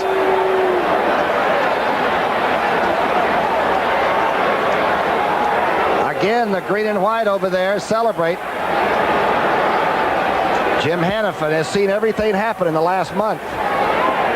Turnovers have, we mentioned, been the bugaboo of the Cardinals for this 3 previous weeks on 3 losses. And it's just a club rush. Harrison's back there, 68. Brown, Bryan, Darby. And look at that effort. Hands and knees all out by Dennis Harrison to come up with the fumble. 6'8", he stretches out to get that, like he's on the floor of the NBA. The toss, back to Wilbert Montgomery. Montgomery inside the 20 to the 18. 2 minutes, a little over 2 minutes left. The Eagles still have 2 timeouts left. The Cardinals 3. But the Eagles have the ball. And a timeout is taken. We haven't been told which team took it yet. I think the Cardinals took this one. You can see the clock, 2:03 left, and the score, and the kicker. I think that was an excellent choice by Jim Hannafin to take a timeout right there, because that stops the clock now. Philadelphia will run one play, and then it'll stop again for the 2-minute warning. And I think he's anticipating the fact that the Eagles are going to put 3 on the board here, at least with a field goal. And he's just working on it right now to leave as much time on the clock for his team offensively as possible. That's why the St. Louis took that timeout. Tell me this, as a kicker, and you kicked with the Lions, would you rather have a fairly long kick? Would you rather have a 35-yarder than a 15-yarder? No. Would you like to be as close as possible? Oh, yeah. Yeah. The wedge rather than the 6-iron, you right? betcha. All right. Anytime. Well, young McFadden, Paul McFadden, he's not shirking his duties. He's over by himself trying to keep relaxed. I had that good job in Detroit when Garo Yepremian came up. You know, I only kicked when we didn't have anybody, and they signed Yepremian to kick. And Harry Gilmer was the head coach, and he told me, he said, we want to build Garo's confidence up. He said, you kick the long ones and let him kick the shorter ones. And I said, what about my confidence? Second down and 6 from the 19. Pisarcik does not want to lose the football, obviously. The toss to Montgomery. Good defensive rush. Wilbert Montgomery carrying the tackler to the 15.5-yard line. The story continues. Right, a chance for redemption, perhaps, for young McFadden. He's hit 2 of 3. Everybody trying to keep away, more or less, like, well, let's don't act like it's important. But if you get a chance, don't miss this one. St. Louis 14, Philadelphia 13. Decided to get into broadcasting with CBS. They won 5 games last year. He's duplicated that already. And he wants one more shot, especially at these St. Louis Cardinals. Pisarcik's his quarterback since the very first series. 3rd down and 4. Rockman straight ahead inside the 15. Not enough for a first down, but holding on to the football. And here comes Paul McFadden from Youngstown State, where Jaworski came from a few years before. The numbers. He's made 31-yarder and a 43-yarder today. He missed one of 26. The Cardinals burn one to allow the young man to think about where he is. As we mentioned, you know, perhaps that might have worked against him last time when there was an injury timeout right before he had to kick them. And it certainly doesn't help to have to go out there and think about, you know, how important it is to your team as you look at Jim Hannafin there. And, you know, and the best thing that he can do right now is get completely away from everybody and get as far away from the Cardinals as he can, because guarantee you that they'll say a few things. You get close over there, they'll talk to you a little bit. Oh, sure they are. And they've blocked 5 field goals this year. See, Floyd Peters is telling the guys to get active out there. Remember, if this young man kicks us and the Eagles win, they would go 6-6-1, and that tie that they had against Detroit would not work against them. It would help them if they could win the next 3 games. Dennard is the snapper, Pisarcik is the holder, and Paul McFadden is the man on the spot. 32-yarder. 32-yard attempt.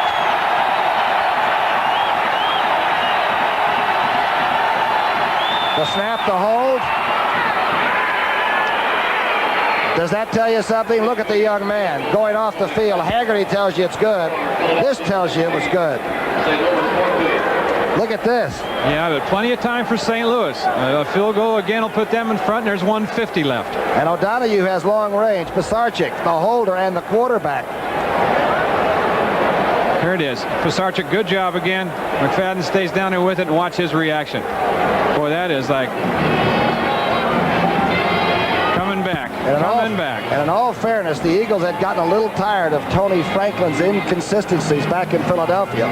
Really? On the other side. They were hoping open for the block and didn't get it. As Brookie mentioned, they have blocked several this season. And Havens says, well, now they just have to go to work offensively. St. Louis swept October. They won 4 in a row in October. And as soon as the leaves fell, so did their chances. They've lost 3 in a row and are threatening to lose their 4th here in November. McFadden is not a deep field goal kicker. Will he keep it on the ground so that there is the chance to keep Stump Mitchell from getting good field position? Bill Friel, my eyes and ears, tells me Randy Love is in there now. And Stump Mitchell. Willie Harrell. What are we looking for from the 35? McFadden.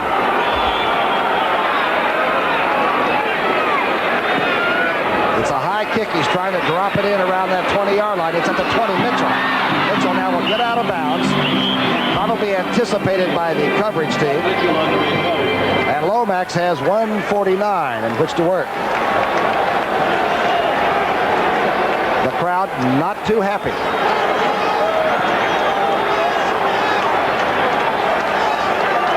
The senator from Pennsylvania, Arlen Specter, is here at the game, and he's going to be on the Eagle charter going back to Philadelphia.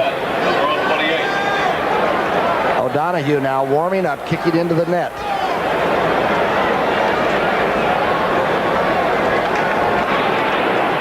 Rams 34-33, and the extra point got McKay's Tampa Bay Buccaneers. It's shotgun time. Bid again. Lomax chased, complete. Roy Green to the 37-yard line. He loses his shoe, but he must keep active now. The timeouts. One left for the Cardinals, and you can watch the clock. Oh, a low snap.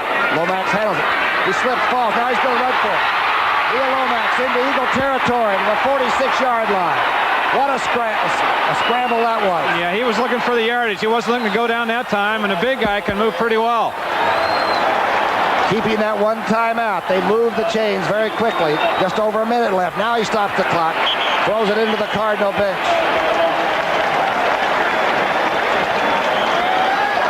So that'll just give him the time now to settle down and talk some things over and perhaps call 2 plays in a row. You know, back in the mid-70s with Coryell, the Eagles lost. You can see Marion Campbell and Bruni there. The Eagles lost to the Cardinals 10 out of 12 games. And then when Vermeil got them going in 81, he beat the Cardinals here like 55-10 one game and 38-0 back in Philadelphia. And these two teams really don't like one another personally. They don't get along off the field either. It's a mutual thing that they say, let's just play the game and go back to our own cities. McFadden, number 8. Oh boy, happiness is. A rookie. Boy, great scores today. The Giants by 1 over Kansas City. New York very, very much alive at the top of this division. Tied with the Dallas Cowboys. The crowd now pulling for those Cardinals. Lomax adjusting. Stump Mitchell knocked down at the 30. I don't see a flag. Either Herm Edwards or Ellis. It was Ellis, I believe, cutting through the Stumpy one's wake. That's who it was. Edwards was short that time, and Lomax had to throw it over him. St. Louis will go 6-7 after being 6-3 at one time. You believe that? The most explosive offense in the league. Anderson outside. Anderson finally runs into trouble at the 44-yard line and uses his forearm to keep Herman Edwards off. Tried to cross up the Philadelphia defense by running in that situation, and they were ready for it. They were in good shape. And that's, as we pointed out, as we see Anderson down over there in an obvious pain. It's just a well-coached defense by Marion Campbell. They're alert in every situation, and they're not fooled much. Otis Anderson uses that arm when he's trapped on the sidelines, and he can batter people like he knocked Hopkins out of that game earlier in the year. And it looks like he might have hurt his arm doing that this time. Washington 41-14. Don't ever count the Redskins out. The NFC East is still jump ball. Well, let's set the situation here a little bit too, Brookie. You know, they did not gain many yards that time, probably about 4. So they're 4th down now, 6 yards to go, and no timeouts remaining for St. Louis. 0 timeouts, so they cannot kick a field goal here because that's completely out of O'Donoghue's range. So they've got to use the 4th down now, run a play, hope to pick up a 1st down, and then continue this drive. Remember, they used to have the most accurate kicker in probably all of football at one time, Jimmy Bakken. But he was straight away. O'Donoghue from Dublin, Ireland, by way of Auburn, comes side saddle. He is tall, and he has had good days, and he has had horrendous days. Yes, he's 17 of 27 for the season as O.J. Anderson is up. So here it is. This is the down of the game so far. Crowd better give this fellow an applause. He is some talent. Looks like he's lost his razor the last couple of days. Those kickers are certainly different. That's O'Donoghue on the ground. That's Anderson walking off, and that's good to see.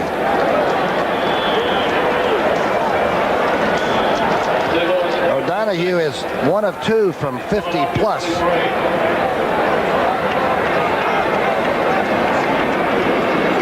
A 52-yarder earlier in the year, but they've got to get closer than that. They've got to gain about 10 yards to make it in the 50-yard range for him. Lomax taking care of that right here. Roy Green inside the 35 to the Eagle 33. They've got to hurry up and stop the clock with a play. Roynell Young is in there, number 43. Shotgun snap out of bounds. And your clock in your living room is just like ours here at the stadium. Talk about hanging by your fingertips. Roy Green ran a turn pattern against his own defense and just got enough for the 1st down. Anderson looks pretty cool on the sideline. He's talked it all over with Lomax. O'Donoghue, number 11 there. He just put his kicking shoe back behind like you and I do when we're cleaning up our boots, you know, to get the top of that foot cleaned off. He may be called. It's 2nd down and 10 from the Eagle 34. 16-14 Philadelphia.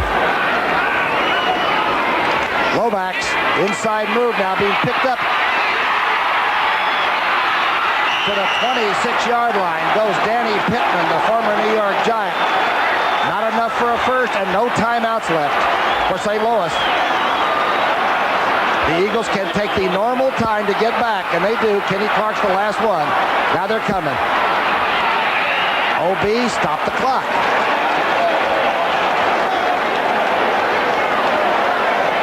And it comes down to this.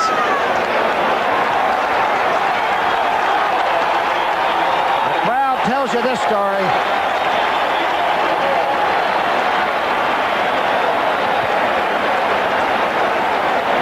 Be from 42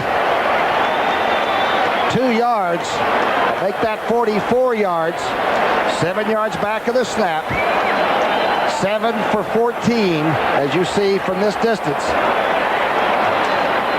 Marion Campbell and the Eagles watching. They may be taking a timeout. They might want him to think about it a little bit. Remember a few years ago when the Giants played the Cardinals here, and O'Donoghue had the worst kicking night in history. He's recovered, and earlier this year he had an awful percentage, and then the last 4 or 5 games he actually has been kicking better than he was a year ago even. But this is pressure. I mean, you're at home. Your wife has to go out and go to the market and face people the next day. And the buck stops with the kicker. Going after the gum over there on that sideline. This will be one of those emotional moments where it's the pendulum swings on the plus side on one side of the field, and it's a negative side on the other side of the field, and there won't be much that you can say about it. The pictures will all show it. And a little bit of a crosswind coming by from right to left into O'Donoghue's face. Perrin is the holder. A little high. It's good.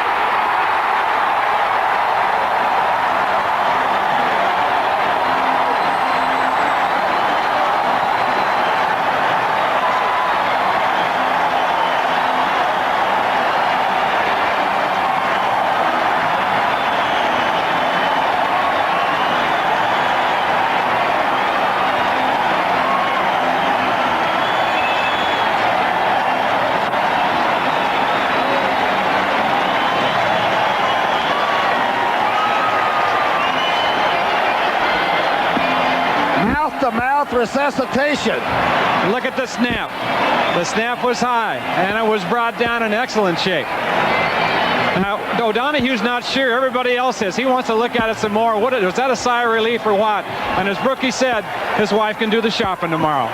That was a gasp. A 44-yard field goal. Watch the coach, Hannaford.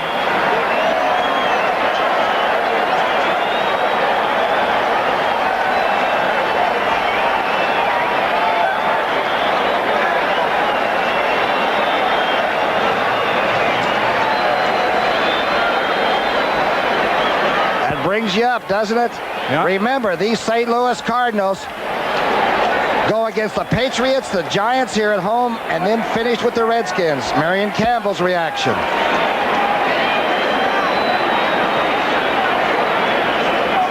Fantastic.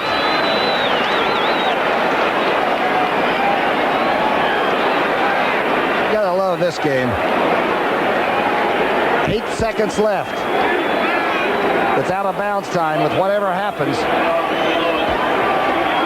Jaworski has not come back out on the sidelines. He is in the training room, a fractured fibula. Pisarcik has gone all the way and carried the banner very well for Philadelphia.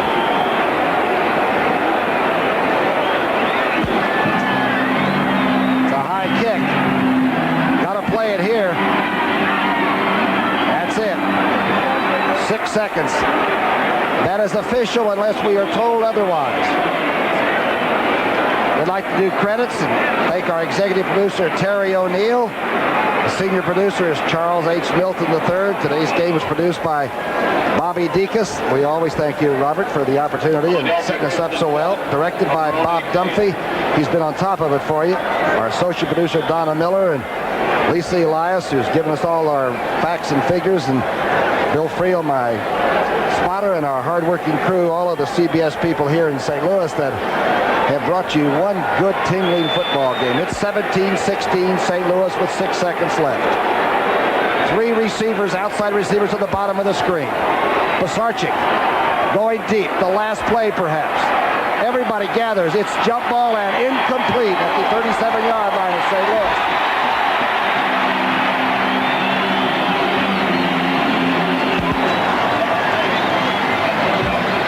St. Louis goes 7-6 with a 17-16 win over the Philadelphia Eagles. Once again, the final score of St. Louis 17, Philadelphia 16. So for Wayne Walker, this is Tom Brookshire saying so long from St. Louis. Don't forget, coming up next, the 49ers or the Saints or maybe the Bears against the Vikings. CBS Sports coverage of the National Football League will continue after this word from your local station. Wow.